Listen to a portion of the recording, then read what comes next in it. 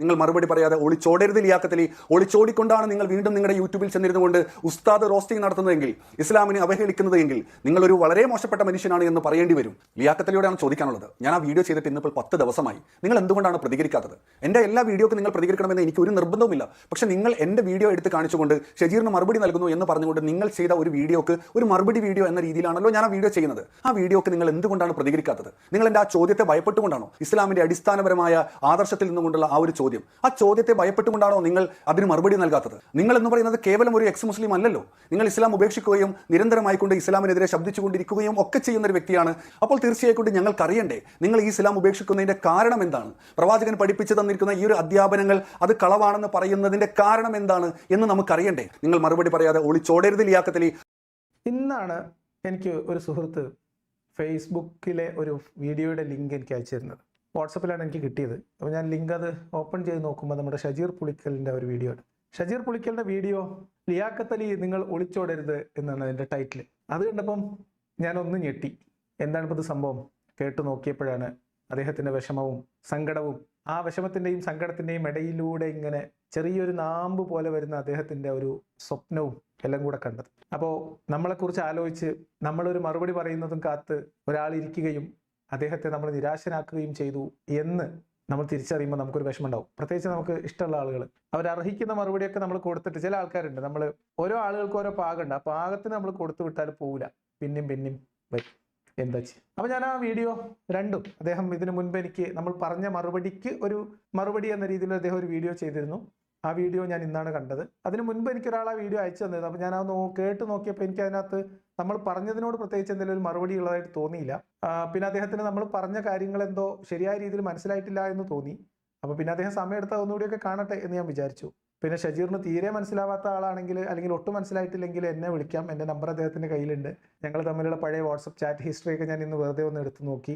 അങ്ങനെ അത്ര ഒരു അർജന്റ് ആണെങ്കിൽ അങ്ങനെ ചെയ്യാമായിരുന്നു. എനിവേ, അദ്ദേഹം എന്തായാലും ഇത്രയും വിശദമായിട്ട് തന്നെ, അല്ലെങ്കിൽ ഇത്രയും ആകാംക്ഷയോടുകൂടി നമ്മളുടെ ഒരു മറുപടിക്ക് വേണ്ടി കാത്തിരിക്കുക, നമ്മൾ മറുപടിയില്ലാതെ ഒളിച്ചോടി പോകുന്നു എന്നൊരു ആശ്വാസം, ഒരു സ്വപ്നം അത് അദ്ദേഹം ഒക്കെ ഇങ്ങനെ മനസ്സിലിങ്ങനെ നട്ട് നനച്ച് വളർത്തിക്കൊണ്ടിരിക്കുന്ന ഘട്ടത്തിൽ നമ്മളത് പരിഗണിക്കുന്നില്ലെങ്കിൽ അത് നമ്മൾ ചെയ്യുന്ന ഒരു വലിയ ക്രൂരതയായിരിക്കും എന്നുള്ളത് കൊണ്ടാണ് നമ്മൾ ഇന്ന് ഈ വീഡിയോ എടുത്തത്. ഇതിനകത്ത് കാര്യമായിട്ടൊന്നുമില്ല, കാര്യമായിട്ട് പറയാനുമില്ല. നമുക്ക് എല്ലാത്തിനും ഇപ്പോൾ നമ്മൾ ഹാരിസ് മദനിയോടോ അനിൽ മുഹമ്മദിനോടോ മറുപടി പറയുന്ന പോലെ മറുപടി പറയേണ്ട ഒരു വ്യക്തിയല്ല എന്നെ സംബന്ധിച്ച് ഷജീർ പുളിക്കൽ. അദ്ദേഹത്തിൻ്റെ ആദ്യ വീഡിയോയിൽ ഞാൻ അദ്ദേഹത്തെ പരിചയപ്പെടുത്തിയ സമയത്ത് ഞാൻ അദ്ദേഹത്തെ പരിചയപ്പെടുത്തിയ രീതിയിലുള്ള അദ്ദേഹത്തിൻ്റെ ചില അഭിപ്രായ വ്യത്യാസങ്ങൾ പറഞ്ഞിരുന്നു. ഞാൻ ആത്മാർത്ഥമായിട്ട് പറയുന്നു, അതായത് ഞാൻ പരസ്പര വിരുദ്ധമായി പറഞ്ഞു എന്നാണ് അദ്ദേഹത്തിൻ്റെ വാദം. അത് നമുക്ക് ആ വീഡിയോയുടെ മറുപടിയിൽ പരിശോധിക്കാം. കാരണം ഞാൻ പറഞ്ഞ അദ്ദേഹം ഒരു നിഷ്കളങ്കനായ വിശ്വാസിയാണെന്നാണ്. അത് തന്നെയാണ് എൻ്റെ അഭിപ്രായം. വളരെ നിഷ്കളങ്കനായ ഒരു വിശ്വാസിയാണ്. നമ്മൾ ഈ പോസ്റ്റ് പർച്ചേസ് റാഷണലൈസേഷൻ എന്ന് പറയുന്ന ഒരവസ്ഥയുണ്ട്. അതിന് വേറെന്തോ ഒരു പേര് കൂടിയുണ്ട്. അപ്പം നമ്മൾ അറിഞ്ഞോ അറിയാതെയോ ഒരു വസ്തു വാങ്ങി, അല്ലെങ്കിൽ നമ്മളുടെ ഒരു ആവേശത്തിൽ, അല്ലെങ്കിൽ നമ്മളുടെ ഒരു അടുത്ത സുഹൃത്ത് നമ്മളൊരു വസ്തു വാങ്ങാൻ പ്രേരിപ്പിച്ചു, നമ്മളൊരു സാധനത്തിൽ പോയി തലയിട്ടു എന്ന് വിചാരിക്കാം. നമ്മളാകെ തലയിട്ടു, നമ്മളെ തലയിലായി, നമ്മളെ മേലിലായി, അങ്ങനെ വെച്ചിരുന്നാൽ നമ്മളെ കയ്യിലുള്ളത് മോശമാണെന്ന് നാട്ടുകാരോട് പറയാൻ പാടുണ്ടോ? നാട്ടുകാർ അറിയാൻ പാടുണ്ടോ? ഇനി ഏതെങ്കിലും ആളുകൾ നിന്റെ കയ്യിലുള്ള ആ സംഭവം അത്ര കൊള്ളൂലോടാ എന്നാരെങ്കിലും നമ്മളോട് പറഞ്ഞാൽ നമ്മൾ സമ്മതിച്ചു കൊടുക്കാൻ പാടുണ്ടോ? കാരണം നമ്മൾ പണം മുടക്കി മേടിച്ചത്, നമ്മളെ കൂട്ടുകാർ കൊണ്ടുപോയി കുണ്ടിലിറക്കിയത്, അല്ലെങ്കിൽ നമ്മളെ വീട്ടുകാർ നമ്മൾ അറിയാതെ നമ്മളെ തലയിലേ വെച്ച് തന്നത് എന്തു ആവാം, അത് ഭയങ്കര മികച്ചതാണെന്നും അതാണ് ഏറ്റവും മികച്ചത് എന്നും തള്ളി നടക്കുന്ന ആൾക്കാർ നമ്മളുടെ ഇടയിലൊക്കെ ചില സുഹൃത്തുക്കളുണ്ട്. ഇപ്പൊ അവരൊരു മൊബൈൽ ഫോൺ മേടിച്ചാൽ അവരോട് സംസാരിച്ചു കഴിഞ്ഞാൽ നമ്മൾ വിചാരിക്കും ലോകത്ത് ഇന്ന് വരെ ഇറങ്ങിയതിലും വെച്ചിട്ട് ഏറ്റവും നല്ല മൊബൈൽ ഫോൺ ആ വ്യക്തിയുടെ കയ്യിൽ അപ്പോഴുള്ളതാണെന്ന് നമുക്ക് തോന്നും. അതുപോലെ ആയിരിക്കും പറയാ. ആ കമ്പനിക്കില്ലാത്ത അവകാശവാദങ്ങൾ വരെ ഇത് മേടിച്ച് കയ്യിൽ വെച്ച ആൾ പറയും. അതേപോലെ തന്നെ കുറെ കാലം കഴിയുമ്പോൾ അയാൾ അത് വിറ്റു, അല്ലെങ്കിൽ അത് കൊടുത്ത് ഒഴിവാക്കി എന്ന് വിചാരിക്കുക. ചിലപ്പോൾ അതിനേക്കാളും കുറഞ്ഞൊരു ഫോണായിരിക്കും പിന്നെ അദ്ദേഹം വാങ്ങുന്നതെന്ന് വിചാരിക്കുക. അപ്പം അയാൾ പറയും അന്ന് മേന്മ പറഞ്ഞ സാധനം ഉണ്ടല്ലോ അത് പോരായിരുന്നു, അത് തീരെ പ്രശ്നം, അതിന് ഇന്ന പ്രശ്നങ്ങളായിരുന്നു, പക്ഷെ ഇപ്പം എൻ്റെ കയ്യിലുള്ളതുണ്ടല്ലോ അതാണ് ഏറ്റവും മികച്ചത്. ഇത് പറയും. ഇതങ്ങനെ ഒരു അവസ്ഥയുണ്ട്. അപ്പം ഞാൻ എന്തുകൊണ്ടാണ് പറഞ്ഞാൽ ഷജീർ പുളിക്കലിനോട് ഞാൻ 2-3 വിഷയങ്ങളിൽ സംസാരിച്ചിട്ടുണ്ട്. ഷജീർ പുളിക്കൽ ചോദ്യങ്ങളിൽ കെണി ഒപ്പിച്ചു എന്നൊക്കെ ഞാൻ പറയുന്നത് വെച്ചാൽ, ഷജീർ പുളിക്കൽ ഒരു വീഡിയോ ചെയ്യുമ്പോൾ അതിന് മറുപടി പറയാൻ സാധ്യതയുള്ള ഒരാൾ എന്ന രീതിയിൽ തന്നെ ഷജീർ ആ കാര്യങ്ങൾ ഓർമ്മയുണ്ട്, നമ്മുടെ പഴയ അനുഭവങ്ങളൊക്കെ ഓർമ്മയുള്ളത് കൊണ്ട് തന്നെ നേരിട്ട് ഉത്തരം പറയാൻ കഴിയാത്ത തരത്തിലുള്ള ചോദ്യങ്ങൾ ചോദിക്കുക, അല്ലെങ്കിൽ ഉത്തരമില്ലാത്ത ചോദ്യങ്ങൾ ചോദിക്കുക, അല്ലെങ്കിൽ എത്ര പറഞ്ഞാലും നമുക്ക് ഉരുളാൻ ഗ്യാപ്പുള്ള ചോദ്യങ്ങൾ ചോദിക്കുക എന്ന് തുടങ്ങിയിട്ടുള്ള ചില കൊനിഷ്ഠ അതിനകത്ത് ഒപ്പിച്ചിട്ടുണ്ടെന്നാണ് പറഞ്ഞത്. അത് നിങ്ങളൊരു അതിബുദ്ധി കാണിച്ചു, കൂർമ്മ ബുദ്ധി കാണിച്ചു എന്നുള്ള രീതിയിലല്ല. അതങ്ങനെയാണ്. എന്നെ സംബന്ധിച്ച് ഷജീർ എന്ന് പറയുന്നത് ഇസ്ലാമിനകത്ത് കുടുങ്ങിപ്പോയ നല്ല മനസ്സുള്ള, നല്ല മനുഷ്യനായി ജീവിക്കണം എന്ന് ആഗ്രഹമുള്ള, ലോകത്ത് നമ്മൾ ഇന്ന് കാണുന്ന സകല നന്മകളുടെയും ഉറവിടം ഖുർആനാണെന്നും അള്ളാഹു ആണെന്നും മുഹമ്മദ് നബി പഠിപ്പിച്ചതല്ലാത്ത ഒരു നന്മയും ലോകത്തില്ല എന്നും വിശ്വസിക്കുന്ന ഒരാളായിട്ടാണ് ഷജീറിനെ ഞാൻ മനസ്സിലാക്കുന്നത്. അങ്ങനെ സ്വന്തം മനസ്സിനെ ബോധ്യപ്പെടുത്താനും ഷജീറിനോട് തന്നെയുള്ള സംശയങ്ങൾക്കുള്ള മറുപടി പറയാനുമാണ് ഷജീർ ഈ വീഡിയോകളൊക്കെ ചെയ്യുന്നതെന്ന് എനിക്കറിയാം. അതുകൊണ്ടാണ് ഞാൻ ഷജീർ നിഷ്കളങ്കനായിട്ടുള്ള ഒരു വിശ്വാസിയാണ് എന്ന് പറഞ്ഞത്. ഞാൻ അതും അങ്ങനെ തന്നെ പറയുന്നു, അതിൽ ഉറച്ചു നിൽക്കുന്നു. നമുക്ക് ഇന്ന് അദ്ദേഹത്തിന്റെ എന്താ പറയുക, അദ്ദേഹത്തിന്റെ ആ നിരാശയും സംഭവങ്ങളൊക്കെ ഒന്ന് കേൾക്കാം. നിങ്ങൾ മറുപടി പറയാതെ ഒളിച്ചോടരുത് ലിയാഖത്തലി. ഒളിച്ചോടിക്കൊണ്ടാണ് നിങ്ങൾ വീണ്ടും നിങ്ങളുടെ യൂട്യൂബിൽ ചെന്നിരുന്നുകൊണ്ട് ഉസ്താദ് റോസ്റ്റിംഗ് നടത്തുന്നതെങ്കിൽ, ഇസ്ലാമിനെ അവഹേളിക്കുന്നതെങ്കിൽ നിങ്ങളൊരു വളരെ മോശപ്പെട്ട മനുഷ്യനാണ് എന്ന് പറയേണ്ടി വരും. ഇതുകൊണ്ടാണ് ഞാൻ പറയുന്നത്. നിങ്ങൾ ആലോചിച്ച് നോക്കൂ, ഞാൻ ഉസ്താദ് റോസ്റ്റ് ചെയ്തിട്ടില്ലെങ്കിലും, ഞാൻ ഉത്തരം പറയാതെ ഒളിച്ചോടിയിട്ടില്ലെങ്കിലും, എന്ത് ചെയ്തില്ലെങ്കിലും, നമ്മൾ വെറുതെ പാട്ടും പാടി നമ്മൾ വീട്ടുകാരുമായിട്ട്, അല്ലെങ്കിൽ നമ്മളിപ്പോൾ ഞാൻ എൻ്റെ പാർട്ട്ണറുമായിട്ട് പുറത്തൊരു യാത്ര പോകുന്നു, അതിൻ്റെ ഒരു വീഡിയോ എടുത്തു, അല്ലെങ്കിൽ വെറുതെ കാറിന് 2 സീറ്റിലിരുന്നിട്ട് ഒരു റീൽസ് എടുത്തിട്ടാൽ കുരു പൊട്ടുന്ന തരം വിശ്വാസികളുടെ നാട്ടിൽ നമ്മൾ ജീവിക്കുകയാണ്. നമ്മളെക്കുറിച്ച് ഇല്ലാ കഥകളൊക്കെ പറഞ്ഞുകൊണ്ട് കിടക്കുകയാണ്. ആര്? സാധാരണഗതിയിൽ വിശ്വാസികൾ. പക്ഷെ ഷജീർ നോക്കൂ, നമ്മൾ അദ്ദേഹത്തിന്റെ വീഡിയോയ്ക്ക് മറുപടി കൊടുക്കാത്തതിലുള്ള പരിഭവം, അദ്ദേഹത്തിന്റെ ചോദ്യത്തിന് മറുപടി കൊടുക്കാതെ നമ്മൾ ഒളിച്ചോടി പോവുകയാണോ എന്ന സന്ദേഹം, അതിന്റെ ഒരു സങ്കടം, വിഷമം, അങ്ങനെ നമ്മൾ ചെയ്യാതെ, അദ്ദേഹത്തെ പരിഗണിക്കാതെ നമ്മൾ ഉസ്താദ് റോസ്റ്റ് ചെയ്താൽ നമ്മൾ മോശക്കാരനാണെന്ന് അദ്ദേഹത്തിന് തോന്നും എന്ന് അദ്ദേഹം നമ്മൾ ഓർമ്മിപ്പിക്കുകയാണ്. എത്ര മാന്യനായ, എത്ര നിഷ്കളങ്കനായിട്ടുള്ള വിശ്വാസിയാണ് ഷജീർ എന്നതിന് വേറെ തെളിവൊന്നും വേണ്ട. ഞാൻ ഷജീറിനെ മനസ്സിലാക്കിക്കൊണ്ട് തന്നെയാണ് അത് പറഞ്ഞത്. എൻ്റെ നിഗമനങ്ങൾ ഒട്ടും തെറ്റിയിട്ടില്ല. കാരണം ഇതിന് മറുപടി കൊടുത്തില്ലെങ്കിൽ മാത്രമാണ് ഷജീറിന്റെ കണ്ണിൽ ഞാൻ മോശക്കാരനാവുള്ളൂ. അതുകൊണ്ട് ഷജീറിന്റെ കണ്ണിൽ മോശക്കാരനായിട്ട് പിന്നെ ജീവിക്കേണ്ട ആഗ്രഹം എനിക്കില്ല. അതുകൊണ്ട് ഷജീറിന് മറുപടി തന്നിരിക്കും. ആദ്യം ഷജീർ ഇപ്പൊ മറുപടി കിട്ടുന്നില്ല എന്ന് പറഞ്ഞിട്ട് ചെയ്ത ഈ വീഡിയോ ഉണ്ടല്ലോ, അതിന്റെ മറുപടിയാണ് ഇപ്പൊ നമ്മൾ തരുന്നത്. ഷജീർ പറഞ്ഞു വെച്ച ഒരു മറുപടി ഉണ്ടല്ലോ, ആ മറുപടി കുറച്ച് സമയം വേണം, വിശദമായി പറയണം. ഷജീറിന് 1 മണിക്കൂറൊന്നും കേൾക്കാൻ സമയമില്ല എന്ന് പറയുന്നു. ഷജീർ പറയുന്നു പഠിക്കാൻ വേണ്ടിയിട്ടാണ് ഇത് ചെയ്യുന്നത്. ഷജീർ പഠിക്കണമെങ്കിൽ ഇച്ചിരി സമയം മെനക്കെടുത്തണം, ആവേശം കുറക്കണം, ഒന്ന് റിലാക്സ് ആവണം, കേൾക്കാനുള്ള മനസ്സ് കാണിക്കണം, കേട്ടത് ഒന്നുകൂടി കേൾക്കാനുള്ള മനസ്സ് കാണിക്കണം, പറഞ്ഞതും കേട്ടതും തമ്മിൽ താരതമ്യം ചെയ്യണം, ചിന്തിക്കണം, കുറച്ചധികം പണിയെടുക്കണം. അല്ല, നിങ്ങൾക്ക് ഇതൊക്കെ മനസ്സിലാവും വേണം, നിങ്ങൾക്ക് പഠിക്കും വേണം, നിങ്ങൾക്ക് അറിയും വേണം. എന്തൊക്കെ അറിയണം അദ്ദേഹം ചോദിക്കുന്നുണ്ട്, അവിടെ പറയാം. അതിന് സമയം ചെലവഴിക്കണ്ടേ? ഞാനിത് ഇത്രയൊക്കെ നിങ്ങളുടെ വീഡിയോ കേട്ട് 2-3 തവണ കേട്ട് അത് കട്ട് ചെയ്ത് നിങ്ങൾക്ക് മറുപടി പറയാൻ പാകത്തിന് ഇടയിൽ ഗ്യാപ്പ് വെച്ച് അതിലേക്ക് നിങ്ങളുടെ ഒരു ചെറിയ പോസ്റ്റ് ഉണ്ടാക്കി തയ്യാറാക്കി അവിടെയൊക്കെ നമ്മൾ ചേർത്ത് വെച്ച് വീഡിയോ എഡിറ്റ് ചെയ്ത് കാത്തിരുന്ന് ഈ ഉറക്കമൊഴിച്ച് നിങ്ങൾക്ക് വേണ്ടി ഇത് പറയുക, എന്നിട്ട് നിങ്ങൾ കേൾക്കാൻ സമയമില്ല, മറുപടി പറഞ്ഞാൽ നീണ്ടുപോകുന്നൊക്കെ പറഞ്ഞാൽ വല്ലാത്തൊരു അതാപാണ്. അതുകൊണ്ട് നിങ്ങൾ മനസ്സമാധാനത്തോടെ ഇരുന്ന് കേൾക്കുക, മറുപടി പറയും. നിങ്ങൾക്ക് മറുപടി പറയാത്തത് കൊണ്ട് നമ്മൾ മോശക്കാരനാവാൻ പാടില്ല, അതെനിക്ക് നിർബന്ധം. ലിയാഖത്തലിയോടാണ് ചോദിക്കാനുള്ളത്. ഞാൻ ആ വീഡിയോ ചെയ്തിട്ട് ഇന്നിപ്പോൾ 10 ദിവസമായി. നിങ്ങൾ എന്തുകൊണ്ടാണ് പ്രതികരിക്കാത്തത്? എൻ്റെ എല്ലാ വീഡിയോക്കും നിങ്ങൾ പ്രതികരിക്കണമെന്ന് എനിക്ക് ഒരു നിർബന്ധവുമില്ല. പക്ഷെ നിങ്ങൾ എൻ്റെ വീഡിയോ എടുത്ത് കാണിച്ചുകൊണ്ട് ഷജീറിന് മറുപടി നൽകുന്നു എന്ന് പറഞ്ഞുകൊണ്ട് നിങ്ങൾ ചെയ്ത ഒരു വീഡിയോക്ക് ഒരു മറുപടി വീഡിയോ എന്ന രീതിയിലാണല്ലോ ഞാൻ ആ വീഡിയോ ചെയ്യുന്നത്. ആ വീഡിയോക്ക് നിങ്ങൾ എന്തുകൊണ്ടാണ് പ്രതികരിക്കാത്തത്? പറഞ്ഞല്ലോ, ഇതിനു മുൻപ് ഞാൻ കണ്ടിരുന്നു, ഒരാൾ എനിക്ക് അയച്ചു തന്നു, ഞാൻ കണ്ടു. അതിൽ പ്രതികരിക്കാനുള്ളതായിട്ട് ഒന്നും തോന്നിയില്ല ഷജീർ. ഓക്കെ, നിങ്ങൾ ആ പറഞ്ഞിടത്ത് തന്നെ, ഞങ്ങളുടെ നാട്ടിൽ എൻ്റെ ഒരു സുഹൃത്താണ്, പഴയ സുഹൃത്ത്, ചെറിയ മദ്രസയിലൊക്കെ പഠിക്കുമ്പോൾ ഒരു കൂട്ടുകാരനാണ്. അപ്പോൾ അവനും അവൻ്റെ 1-2 സഹോദരിമാരുണ്ട്. അവർക്ക് പൊതുവിൽ ഞങ്ങളുടെ നാട്ടിലുണ്ടായിരുന്ന ഇത് അവർ വ്യക്തിപരമായിട്ട് എടുക്കണ്ട, നമ്മളൊരു പഴയ കഥ ഓർമ്മിച്ചെടുക്കണം, ഒരു അനുഭവം, ബാല്യകാലത്തുള്ള ഒരു തമാശ ഓർമ്മിച്ചെടുക്കണം. അപ്പോൾ അവരോട് നമ്മൾ എന്തെങ്കിലും ഒരു കാര്യത്തിനിപ്പം തെറ്റി, അല്ലെങ്കിൽ ഒരു കശാപിശ ഉണ്ടായി, നമ്മൾ അഭിപ്രായ വ്യത്യാസം ഉണ്ടായി എന്ന് വിചാരിക്കാം. അവർ പറയുന്നിടത്ത് ന്യായമില്ല എന്ന് വിചാരിക്കാം, നമ്മൾ പറയുന്നതാണ് ശരി എന്ന് അവർക്ക് ബോധ്യപ്പെട്ടു എന്ന് വിചാരിക്കാം. അപ്പോൾ അവരെടുത്ത് പ്രയോഗിക്കുന്ന ഒരു തന്ത്രം എന്താ അറിയും? പോർക്ക് അവിടുന്ന് അറിയും. പോർക്ക് അവിടുന്ന് പറഞ്ഞാൽ ഞങ്ങളുടെ നാട്ടിൽ പോട ചെറുക്ക അവിടുന്ന് എന്നുള്ളതിൻ്റെ ഒരു ഷോർട്ട് ഫോമാണ് പോർക്ക് അവിടുന്ന്. അപ്പൊ നമ്മൾ എന്തെങ്കിലും വേറൊരു മറുപടി പറയാൻ തുടങ്ങി, അവിടുന്ന് പോർക്ക, അവിടുന്ന് പോ ഇങ്ങനെ പറഞ്ഞുകൊടുക്കും. നമ്മൾ പറയണതൊന്നും കേൾക്കൂല, നമ്മൾ പറയുന്നത് കേൾക്കാൻ താല്പര്യമില്ല. കാരണം കയ്യിൽ നിന്ന് പോയി എന്ന് ബോധ്യപ്പെട്ടിട്ടുണ്ട്. കയ്യിൽ നിന്ന് പോയി എന്ന് ബോധ്യപ്പെട്ടാൽ പിന്നെ ഇങ്ങനെ പോർക്ക് അവിടുന്ന് പോ ഇത് പറഞ്ഞുകൊണ്ടിരിക്കുക. ആ രീതിയിലാണ് എനിക്ക് ആ വീഡിയോ കണ്ടപ്പോൾ മനസ്സിലായത്. ഷജീറിനോട് എനിക്കുള്ള സ്നേഹം കൊണ്ട് പറയാണ്, ഷജീറിന് എന്നോടൊന്നും തോന്നരുത്. നമ്മളെ പഴയ അനുഭവങ്ങളൊക്കെ നമ്മളെത്തുണ്ടല്ലോ. അപ്പോൾ അതുകൊണ്ട് കാര്യമായ മറുപടി പറയേണ്ടതായിട്ട് അതിനകത്ത് ഇല്ല എന്ന് എനിക്ക് തോന്നി. പിന്നെ മറുപടി പറയണമെങ്കിൽ നമ്മൾ ഷജീറിന്റെ ആ ഒരു നിലവാരത്തിന്റെ താഴെ വന്നിട്ട് മറുപടി പറയണം. ഷജീറിന് മനസ്സിലാവാനാണല്ലോ മറുപടി പറയുന്നത്. പക്ഷെ നമ്മൾ സാധാരണഗതിയിൽ ഇവിടെ വീഡിയോ ചെയ്യുന്നത് ആരെങ്കിലും പറയുന്ന വിഷയങ്ങളിൽ അതിന്റെ സാമൂഹ്യ പ്രസക്തി മനസ്സിലാക്കി, അതിന്റെ സാമൂഹ്യ രാഷ്ട്രീയ മാനങ്ങളെ പരിഗണിച്ചുകൊണ്ട് ഇത് കേട്ടോണ്ടിരിക്കുന്ന, ഇത് വിശ്വസിക്കുന്ന, ഇത് പ്രചരിപ്പിക്കുന്ന, ഇത് ആളുകളെ ബാധിക്കുമ്പോൾ അത്തരം ബാധിക്കുന്ന ആളുകൾ ഇങ്ങനെ തുടങ്ങിയിട്ടുള്ള വലിയൊരു ജനവിഭാഗത്തോട് ആ വ്യക്തി പറഞ്ഞ വിഷയത്തിൽ, ആ ആശയത്തിൽ എന്നെ മറുപടി പറയുകയാണ് ചെയ്യുന്നത്. അപ്പോൾ ഒരിക്കലും ഇപ്പൊ MM അക്ബറിന്റെ ഒരു വീഡിയോക്ക് ഞാൻ മറുപടി പറയുന്നത് MM അക്ബറിന് മനസ്സിലാവാനേ അല്ല, MM അക്ബറിന് മനസ്സിലാവാൻ വേണ്ടിയിട്ടല്ല MM അക്ബറിന്റെ വീഡിയോക്ക് ഞാൻ റിയാക്ട് ചെയ്യുന്നത്. അതേ അളവിലാണ് ഷജീർ എക്സ് മുസ്ലിമായ ഒരു മകനോട് ചോദിച്ചു നോക്കൂ എന്ന് പറഞ്ഞിട്ട് ചോദിക്കുമ്പോൾ എക്സ് മുസ്ലിമായ മക്കളുള്ള വാപ്പമാരോടും എക്സ് മുസ്ലിങ്ങളായിട്ടുള്ള വാപ്പമാർ, വിശ്വാസികളായിട്ടുള്ള മക്കളുള്ള ഭാര്യമാരുള്ള എല്ലാവരോടും പരസ്പരം ഒരു ആശയപരമായ ഒരു ചോദ്യം ഷജീർ ഉന്നയിക്കുമ്പോൾ ഷജീറിന് മനസ്സിലാവാൻ വേണ്ടിയിട്ടല്ല ഇവിടെ വിശദീകരിച്ചത്. ഷജീറിന് അറിയാലോ ആ അവസ്ഥയിൽ നിൽക്കുന്ന 100,000 ആൾക്കാർ വേറെ ഉണ്ടാവും, ആയിരക്കണക്കിന് മനുഷ്യന്മാരുണ്ടാവും. നമ്മളുടെ വീഡിയോ ഒരു ഷജീർ മാത്രമല്ല. അങ്ങനെയാണെങ്കിൽ എനിക്ക് ഷജീറിനായിട്ട് ഒരു ഗൂഗിൾ മീറ്റ് നടത്തിയാൽ പോരെ, അല്ലെങ്കിൽ നമ്മളൊരു ഓൺലൈൻ ആണെങ്കിൽ പോലും പ്രൈവറ്റ് ആക്കിയിട്ട് ഷജീറിന് മാത്രം ലിങ്ക് ചെയ്ത് തന്നിട്ട് ക്ലാസ് എടുത്താൽ പോരെ. അങ്ങനെയല്ല. ഷജീർ ഉന്നയിച്ച ചില വാദഗതികൾ മഹാസംഭവമാണെന്ന് വിചാരിച്ച് ഷജീർ പൊക്കി വെച്ച ഒരു സാധനം, അതിന്റെ പൊള്ളത്തരങ്ങളും അതിന്റെ പ്രശ്നങ്ങളും അബദ്ധങ്ങളും അത്തരം ആശയം പേറി നടക്കുന്നവരും അത് പറയുന്നവരും ചോദിക്കുന്നവരുമായിട്ടുള്ള മുഴുവൻ മനുഷ്യർക്ക് മനസ്സിലാകാൻ വേണ്ടി അതൊന്ന് പരിശോധിച്ചു. അതവിടെ കഴിഞ്ഞു. അതാണ് ആ സംഭവത്തിൽ ഉണ്ടായിട്ടുള്ളത്. അപ്പൊ ഷജീർ അതിന് മറുപടി പറഞ്ഞിട്ടുണ്ട്, ഒരു വീഡിയോ ചെയ്തിട്ടുണ്ട്.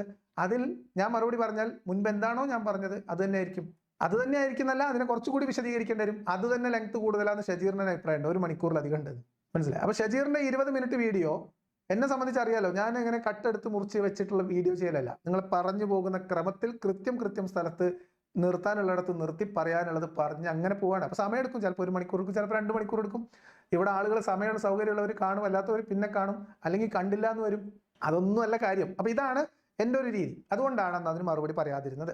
പിന്നെ നമുക്ക് വേറെ പണിയൊക്കെ ഉണ്ടല്ലോ, അത് മാത്രം നോക്കിയിരുന്നാലും പറ്റില്ല. അപ്പൊ അതാണ് കാര്യം. പക്ഷെ എങ്ങനെ വീണ്ടും നിങ്ങൾ അങ്ങനെ മറുപടി പ്രതീക്ഷിച്ചിരുന്നു എന്നും അത് കിട്ടാത്തതിൽ നിങ്ങൾ നിരാശനാണ് എന്നും നിങ്ങളതിൽ കുണ്ഠിതപ്പെടുന്നു എന്നും മനസ്സിലാകുമ്പോൾ സ്വാഭാവികമായിട്ടും നിങ്ങളെ പരിഗണിക്കും. അപ്പൊ ഇവിടെ ഞാൻ പറയുന്നത്, ഈ വീഡിയോ കണ്ടുകൊണ്ടിരിക്കുന്ന ആളുകളോട് പറയാനുള്ളത്, ഈ വീഡിയോ ഷജീറിന് വേണ്ടിയിട്ടുള്ള വീഡിയോ.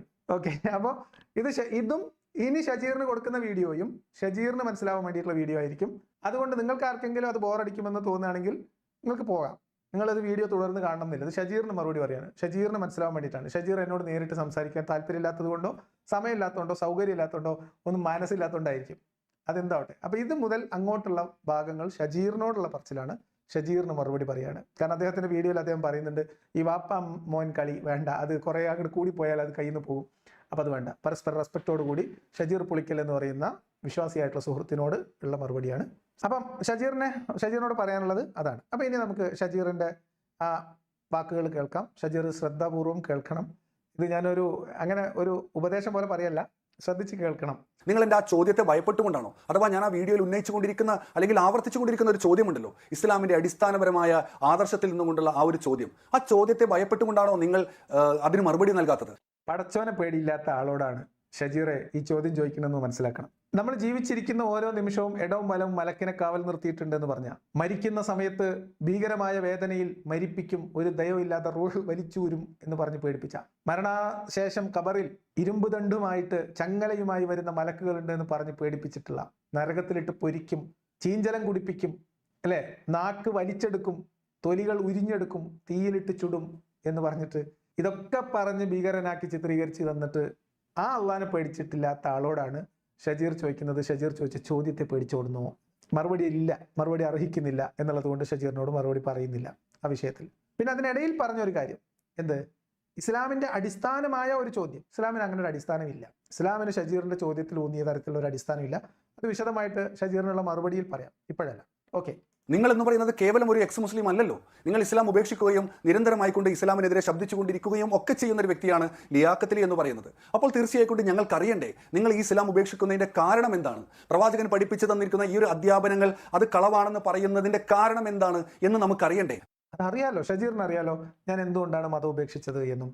ഈ മതം, ഇസ്ലാം എന്ന് പറയുന്ന മതം, മുഹമ്മദ് എന്ന് പറയുന്ന പ്രവാചകൻ പഠിപ്പിച്ച, മാതൃക കാണിച്ച മതം, ആ മതം ആധുനിക ലോകത്ത് ജീവിക്കുന്ന ഒരു ശരാശരി മനുഷ്യന് പിന്തുടരാനോ പിൻപറ്റാനോ മാതൃകയാക്കാനോ കഴിയുന്നതല്ല എന്നും, ആ പ്രവാചകനിലൂടെ പൂർത്തീകരിക്കപ്പെട്ടു എന്ന് പറയുന്ന സാമൂഹ്യ രാഷ്ട്രീയ നിയമ വ്യവസ്ഥിതി, ജീവിത പദ്ധതി, സമ്പൂർണമായ ജീവിത പദ്ധതി എന്ന രൂപത്തിൽ നിങ്ങൾ മുന്നോട്ട് വെക്കുന്ന ഇസ്ലാം എന്ന് പറയുന്ന മതം തൊട്ടു നോക്കാൻ പോലും കഴിയാത്തത്രയും മാനവിക വിരുദ്ധവും സ്ത്രീ വിരുദ്ധവുമായ നിയമങ്ങളാൽ സമ്പുഷ്ടമാണ് എന്നും അത് മാനവികതയ്ക്കെതിരാണ് എന്നതും കൊണ്ട് ആ മതത്തിന്റെ ഭാഗമാവാനും അതിന്റെ അധ്യാപനങ്ങൾ സ്വീകരിക്കാനും അതിന്റെ പ്രവാചകനെ മാതൃകയാക്കാനും കഴിയില്ല എന്ന കാരണം കൊണ്ട് മതം ഉപേക്ഷിച്ച ആളാണ് ഞാൻ. ഷജീറിനോട് വളരെ വ്യക്തിപരമായിട്ട് തന്നെ ഈ വിഷയങ്ങളിൽ സംസാരിച്ചിട്ടുണ്ട്. 1-2 ഉദാഹരണങ്ങൾ നമ്മൾ സംസാരിച്ചിട്ടുണ്ട്. ഏറ്റവും പ്രധാനപ്പെട്ട ഉദാഹരണം അടിമത്തമായിരുന്നു. സ്ലേവറി ഒരു പ്രശ്നമാണ് എന്ന് ഒരിക്കൽ പോലും തോന്നിയിട്ടില്ലാത്ത ഒരു ദൈവം, അങ്ങനെ ചിന്തിച്ചിട്ടില്ലാത്ത ഒരു പ്രവാചകൻ, ആ സ്ലേവറി ഇല്ലാതാക്കണം എന്ന് ആഗ്രഹിച്ചിട്ടില്ലാത്ത ഒരു പ്രവാചകൻ, ഒരു മതം. ആ അർത്ഥത്തിൽ ഇസ്ലാം എന്താണെന്ന് പറഞ്ഞിട്ടാണോ മുന്നോട്ട് വെക്കുന്നത്, ആ ഇസ്ലാമിന്റെ അടിസ്ഥാന ആശയം ഉണ്ടല്ലോ, ഭൂമിയിൽ മനുഷ്യർക്ക് നേർവഴി കാണിക്കാനും ധാർമ്മികമായ ജീവിതം സാധ്യമാക്കാനുള്ള ഏറ്റവും മികച്ച ജീവിത പദ്ധതി, നിയമം എന്നൊക്കെ പറയുന്നത്, അത് ആ അർത്ഥത്തിൽ വാലിഡ് അല്ല, ആ അവകാശവാദങ്ങൾക്ക് നിരക്കുന്നതല്ല എന്ന ഉത്തമ ബോധ്യത്തിൽ ആ മതത്തിന്റെ രാഷ്ട്രീയ സാമൂഹ്യ നിയമങ്ങൾ ഉപേക്ഷിച്ച് സാധാരണ മനുഷ്യനായി മുന്നോട്ട് പോകുന്ന ഒരു മനുഷ്യനാണ് ഞാൻ. അത് ആർക്കാ അറിയാത്തത്? ഇനിയും ഷജീറിന് മനസ്സിലായിട്ടില്ല. വ്യക്തിപരമായി ഞാനും ഷജീറും നടത്തിയിട്ടുള്ള ഫോൺ സംഭാഷണങ്ങൾ, അതേപോലെ തന്നെ നമ്മൾ തമ്മിലുള്ള വാട്സപ്പ് ചാറ്റുകൾ ഷജീറിന് ഒരിക്കൽ കൂടി പരിശോധിക്കാവുന്നതാണ്. അത് വേണമെങ്കിൽ നിങ്ങൾക്ക് പ്രസിദ്ധീകരിക്കാവുന്നതാണ്. അടിമത്തവുമായി ബന്ധപ്പെട്ട് ഞാൻ ചോദിച്ച ചോദ്യം, അതിന് മറുപടി പറയാതെയാണ് താങ്കൾ അവിടുന്ന് ഒഴിഞ്ഞു പോയത്, മാറിപ്പോയത് എന്ന് ഓർമ്മിപ്പിക്കുന്നു. ഇനി ഞാൻ പറഞ്ഞതുപോലെ ഷജീർ ഇപ്പോഴും ഇസ്ലാമിനകത്ത് നിൽക്കുകയും ഇത് ഏറ്റവും മികച്ചതാണ് എന്ന് വാദിക്കുകയും ചെയ്യാൻ വേണ്ടി ഞാൻ നേരത്തെ പറഞ്ഞ ഈ പോസ്റ്റ് പർച്ചേസ് റാഷണലൈസേഷന്റെ ഒരു ഉദാഹരണം കൂടി പറയാം. ഷജീറിന്റെ നിലവാരമനുസരിച്ച് ഷജീറിന്റെ വാദമനുസരിച്ച് ഷജീർ ഒരു വിവാഹം മാത്രം കഴിച്ചിട്ടുള്ളതിന്റെ കാരണം ഖുർആനിൽ ഒരു വിവാഹമേ കഴിക്കാൻ പാടുള്ളൂ എന്ന് എഴുതിയിട്ടുണ്ട് എന്നതാണ് ഷജീർ പറഞ്ഞത്. ഞാൻ ഷജീർ ഒരു നല്ല വ്യക്തിയാണെന്നും ഷജീർ ധാർമ്മിക ജീവിതം നയിക്കാൻ ആഗ്രഹിക്കുന്നയാളാണെന്നും ഷജീർ ഒരു നന്മയുള്ള മനുഷ്യനാണ് എന്ന് ഞാൻ പറയുന്നതിന്റെ കാരണം, ഷജീർ ജീവിതത്തിൽ ആർജിച്ചിട്ടുള്ള ആധുനികമായ ജീവിതത്തിൽ, അല്ലെങ്കിൽ ഈ കാലഘട്ടത്തിൽ സമൂഹത്തിൽ ജീവിക്കുമ്പോൾ ഷജീർ പിൻപറ്റുന്ന സകല നന്മകളും നല്ല ചിന്തകളും ഒക്കെ ഇസ്ലാം കൊടുത്തതാണ് എന്ന് തെറ്റിദ്ധരിച്ചിരിക്കുന്നു. ഷജീറിനോട് ഞാൻ ചോദിച്ചത് 4 ഭാര്യമാർ വരെ ആവാം എന്ന് ഇസ്ലാമിൽ അനുവാദമുള്ളപ്പോൾ ഷജീർ മറ്റൊരു വിവാഹം കഴിക്കാത്തത് എന്താണ് എന്ന് ഞാൻ ചോദിച്ചപ്പോൾ ഷജീർ പറഞ്ഞത് എനിക്കതിന് താല്പര്യമില്ലാത്തതാണ് എന്ന് പറഞ്ഞാൽ മനസ്സിലാവും. എനിക്കൊരു ഭാര്യയിൽ മാത്രമായിട്ട് ജീവിക്കാനാണ് ആഗ്രഹം, എനിക്ക് മറ്റൊരു ഭാര്യയെ സ്വീകരിക്കാൻ തോന്നുന്നില്ല, അല്ലെങ്കിൽ എൻ്റെ നിലവിലുള്ള ഭാര്യയുമായിട്ട് ഞാൻ അത്രയും ആത്മാർത്ഥമായിട്ടുള്ള പ്രണയത്തിലാണ് എന്ന കാരണമൊക്കെ പറഞ്ഞാൽ നമുക്ക് മനസ്സിലാവും. അല്ലെങ്കിൽ എൻ്റെ അടുത്ത് സാമ്പത്തിക സ്ഥിതിയില്ല, അല്ലെങ്കിൽ എനിക്ക് മനസ്സില്ല എന്ന് പറഞ്ഞാൽ പോലും നമുക്ക് മനസ്സിലാവും. പക്ഷെ ഷജീർ എന്നോട് പറഞ്ഞത് ഖുർആനിലുള്ള നിയമം ഒരു കല്യാണം കഴിക്കാൻ പാടുള്ളൂ എന്നാണ്. ഷജീറിന് എവിടുന്ന് കിട്ടി? അപ്പൊ ഷജീർ ചിന്തിക്കുന്ന നന്മ ഷജീർ ഖുർആനിൽ ആരോപിക്കുന്നു. നാഗവല്ലി അവിടെയാണ് എന്ന് പറയുമ്പോൾ ഇവിടെ ഒരാൾ അടങ്ങിയിരിക്കുന്നു, ഇതാണ് കാര്യം. അങ്ങനെയാണ് ഷജീർ അതിനെ റാഷണലൈസ് ചെയ്യാൻ ശ്രമിക്കുന്നത്. അതുകൊണ്ടാണ് ഞാൻ ഷജീറിനെ കുറിച്ച് അങ്ങനെ ഒരു അഭിപ്രായം പറഞ്ഞത്. മുന്നോട്ട് പോകാം. ഇസ്ലാമിന്റെ അടിസ്ഥാന കാഴ്ചപ്പാടാണല്ലോ അതിന്റെ ദൈവിക കാഴ്ചപ്പാട് എന്ന് പറയുന്നത്. പ്രവാചകൻ ഒരു സൃഷ്ടാവിനെ പരിചയപ്പെടുത്തുന്നുണ്ട്. ഈ കാണുന്ന പ്രാപഞ്ചിക പ്രതിഭാസങ്ങളൊന്നും തനിയെ ഉണ്ടായതല്ല, ഇതിന്റെ പിന്നിൽ കൃത്യമായ ഒരു ആസൂത്രികനുണ്ട് എന്ന് പറഞ്ഞുകൊണ്ട് ഒരു പ്രപഞ്ചാതീതമായ ഒരു മഹാശക്തിയെ നമ്മുടെ മുന്നിൽ വരച്ചു കാണിക്കുന്നുണ്ട്, നമുക്ക് മുന്നിൽ പറഞ്ഞു തരുന്നുണ്ട്. ഇതിൽ എന്താ പ്രശ്നം? മുഹമ്മദ് നബി ഈ വിഷയത്തിൽ എന്താണ് ചെയ്തതെന്ന് കഴിഞ്ഞ വീഡിയോയിൽ ഞാൻ വിശദമായിട്ട് പറഞ്ഞു. ഷജീർ പറയുന്നു അതിനെ നിരാകരിക്കാൻ എങ്ങനെ കഴിയുമെന്നാണ് ഷജീറിന്റെ ചോദ്യം. നമ്മൾ എങ്ങനെയാണ് ഒരു സംഭവം, വാലിഡ് അല്ലാത്ത ഒരു സാധനത്തെ നമ്മൾ പരിഗണിക്കുക തന്നെ ചെയ്യണ്ടല്ലോ. നിങ്ങളൊരു അവകാശവാദം ഉണ്ടെങ്കിൽ, ഇപ്പൊ ഷജീർ നാളെ എഴുന്നേറ്റ് നിന്നിട്ട് പറയാണ് ഞാനാണ് മഹദി ഇമാം എന്ന് പറഞ്ഞാൽ ബാക്കിയുള്ളവർ വിശ്വസിക്കുമോ? വിശ്വസിക്കണോ? അത് പരിഗണിക്കൂല. അപ്പം പിന്നെ വേറൊരാൾ വന്നിട്ട് ഷജീർ ആണ് മഹദി ഇമാം എന്ന് വിശ്വസിക്കുന്ന ഒരു മൊല്യർ വന്നിട്ട് എന്നോട് പറയാണ് ഷജീർ മഹദി ഇമാം അല്ല എന്ന് നിങ്ങൾ എന്ത് ശാസ്ത്രീയമായ തെളിവിന്റെ അടിസ്ഥാനത്തിലാണ് വാദിക്കുന്നതെന്ന് ചോദിച്ചാൽ എന്തായാലും മറുപടി പറയാം ഷജീറെ. കാരണം നിങ്ങളുടെ ആർഗ്യുമെന്റ്, നിങ്ങളുടെ വാദം, നിങ്ങൾ കൃത്യമായി വസ്തുനിഷ്ഠമായ ഒരു വാദം മുന്നോട്ട് വെക്കൂ. അപ്പൊ നമുക്കതിനെ വസ്തുനിഷ്ഠമായി ഗണിക്കാം. നിങ്ങൾ ശാസ്ത്രീയമായ തെളിവിന്റെ അടിസ്ഥാനത്തിൽ, തെളിവിന്റെ പിൻബലത്തിൽ ശാസ്ത്രീയമായ ഒരു വിഷയം നിങ്ങൾ അവതരിപ്പിക്കൂ, ശാസ്ത്രീയമായിട്ടുള്ള തെളിവുകളുടെ അടിസ്ഥാനത്തിൽ. അപ്പൊ നമുക്കതിനെ ശാസ്ത്രീയമായിട്ട് ഗണിക്കാം. അതല്ല അതിന്റെ രീതി. അപ്പൊ നിങ്ങളുടെ ആർഗ്യുമെന്റ് എന്താണോ അതിനനുസരിച്ചിട്ടല്ലേ കാര്യങ്ങൾ പറയാം. തീർച്ചയായിട്ടും ആ ഒരു അസ്തിത്വത്തെ, ആ ഒരു സൃഷ്ടാവിന്റെ അസ്തിത്വത്തെ നിരാകരിക്കാനുള്ള എന്ത് ശാസ്ത്രപരമായ, എന്ത് യുക്തിപരമായ അറിവാണ് നമ്മുടെ കയ്യിലുള്ളത് എന്നാണ് ഞാൻ ചോദിച്ചുകൊണ്ടിരിക്കുന്നത്. ഇതിനുള്ള മറുപടിയാണ് ഞാൻ നേരത്തെ പറഞ്ഞത്. ഷജീർ മനസ്സിലായിട്ടില്ലെങ്കിൽ അവിടെയാണ് നിങ്ങൾ ഒന്നുകൂടി പറയാം. ഈ പ്രപഞ്ചത്തിനൊരു സൃഷ്ടാവുണ്ട് എന്ന് മനുഷ്യർ കാലാകാലങ്ങളായി വിശ്വസിക്കുന്നു. മുഹമ്മദ് നബി ഒരു പുതിയ ദൈവത്തെ പരിചയപ്പെടുത്തിയിട്ടില്ല. മുഹമ്മദ് നബി പുതിയതായിട്ട് എന്തെങ്കിലും പറഞ്ഞിട്ടില്ല. മുഹമ്മദ് നബി ആ കാലഘട്ടത്തെ മനുഷ്യർക്ക് മുഹമ്മദിനോട് ചോദിച്ച ചോദ്യങ്ങൾക്കുള്ള മറുപടി കൊടുക്കാൻ പോലും കഴിഞ്ഞിട്ടില്ല. അപ്പൊ ഒരാൾ ഒരു സുപ്രഭാതത്തിൽ വന്നിട്ട് ഈ പ്രപഞ്ചത്തിനൊരു സൃഷ്ടാവുണ്ട് എന്ന് അല്ലെങ്കിലേ വിശ്വസിച്ചുകൊണ്ടിരിക്കുന്ന ആൾക്കാരടുത്ത് വന്നിട്ട് ആ സൃഷ്ടാവുണ്ടല്ലോ, ആ സൃഷ്ടാവ് യഥാർത്ഥത്തിൽ ഈ സൃഷ്ടാവാണെന്നും ഈ സൃഷ്ടാവ് മാത്രമാണ് യഥാർത്ഥത്തിലുള്ള ആ സൃഷ്ടാവെന്നും ആ സൃഷ്ടാവ് പറഞ്ഞതാണ്, ആൾ പറഞ്ഞയച്ചാണ് ഞാൻ എന്ന് നിങ്ങൾ വിശ്വസിച്ചാലേ നിങ്ങൾ ഈ സൃഷ്ടാവിന്റെ യഥാർത്ഥ അടിമകളാകുള്ളൂ എന്നും മറ്റുള്ള സൃഷ്ടാവുകളെ സൃഷ്ടാക്കളുമായിട്ട് നിങ്ങൾ കാണുന്നുണ്ടെങ്കിൽ നിങ്ങൾ ഈ സൃഷ്ടാവ് കാലാകാലം നരകത്തിലിട്ട് പൊരിക്കും എന്നൊക്കെ പറഞ്ഞാൽ എന്ത് ആർഗ്യുമെന്റാണ്? മുഹമ്മദ് നബി ഏത് ദൈവത്തെ പരിചയപ്പെടുത്തിയെന്ന ഷജീർ പറയൂ? ഏത് ദൈവത്തെ? വസ്തുനിഷ്ഠമായിട്ടൊരു കാര്യം മുഹമ്മദ് സ്ഥാപിച്ചിട്ടില്ല. മുഹമ്മദ് ദൈവികത എന്ന് പറയുന്ന ഒരു സാധനം സ്ഥാപിച്ചിട്ടില്ല. ഒന്ന്. രണ്ടാമത് ഇസ്ലാമിന്റെ അടിസ്ഥാനം ദൈവികതയും ആത്മീയതയും അല്ല. ഇസ്ലാമിന്റെ അടിസ്ഥാനം മുഹമ്മദാണ്. മുഹമ്മദിന് മുമ്പ് ഇസ്ലാമില്ല, മുഹമ്മദ് ഇല്ലെങ്കിലും ഇസ്ലാമില്ല. മുഹമ്മദിനെ കുറിച്ചുള്ള ഇസ്ലാമിന്റെ സങ്കല്പം ഒരു അണു വീണ അങ്ങോട്ടോ അങ്ങോട്ടോ മാറിയാലും ഇസ്ലാമില്ല. മുഹമ്മദ് ഇല്ലെങ്കിൽ ഇസ്ലാമില്ല എന്ന് പറഞ്ഞാൽ ഇസ്ലാം എന്ന് പറഞ്ഞാൽ മുഹമ്മദാണ്. എന്ത് പ്രപഞ്ച സൃഷ്ടാവിന്റെ കാര്യം പറയുന്നത്? ഏത് സൃഷ്ടാവ്? ഏത് ദൈവം? എന്ത് തെളിവ്?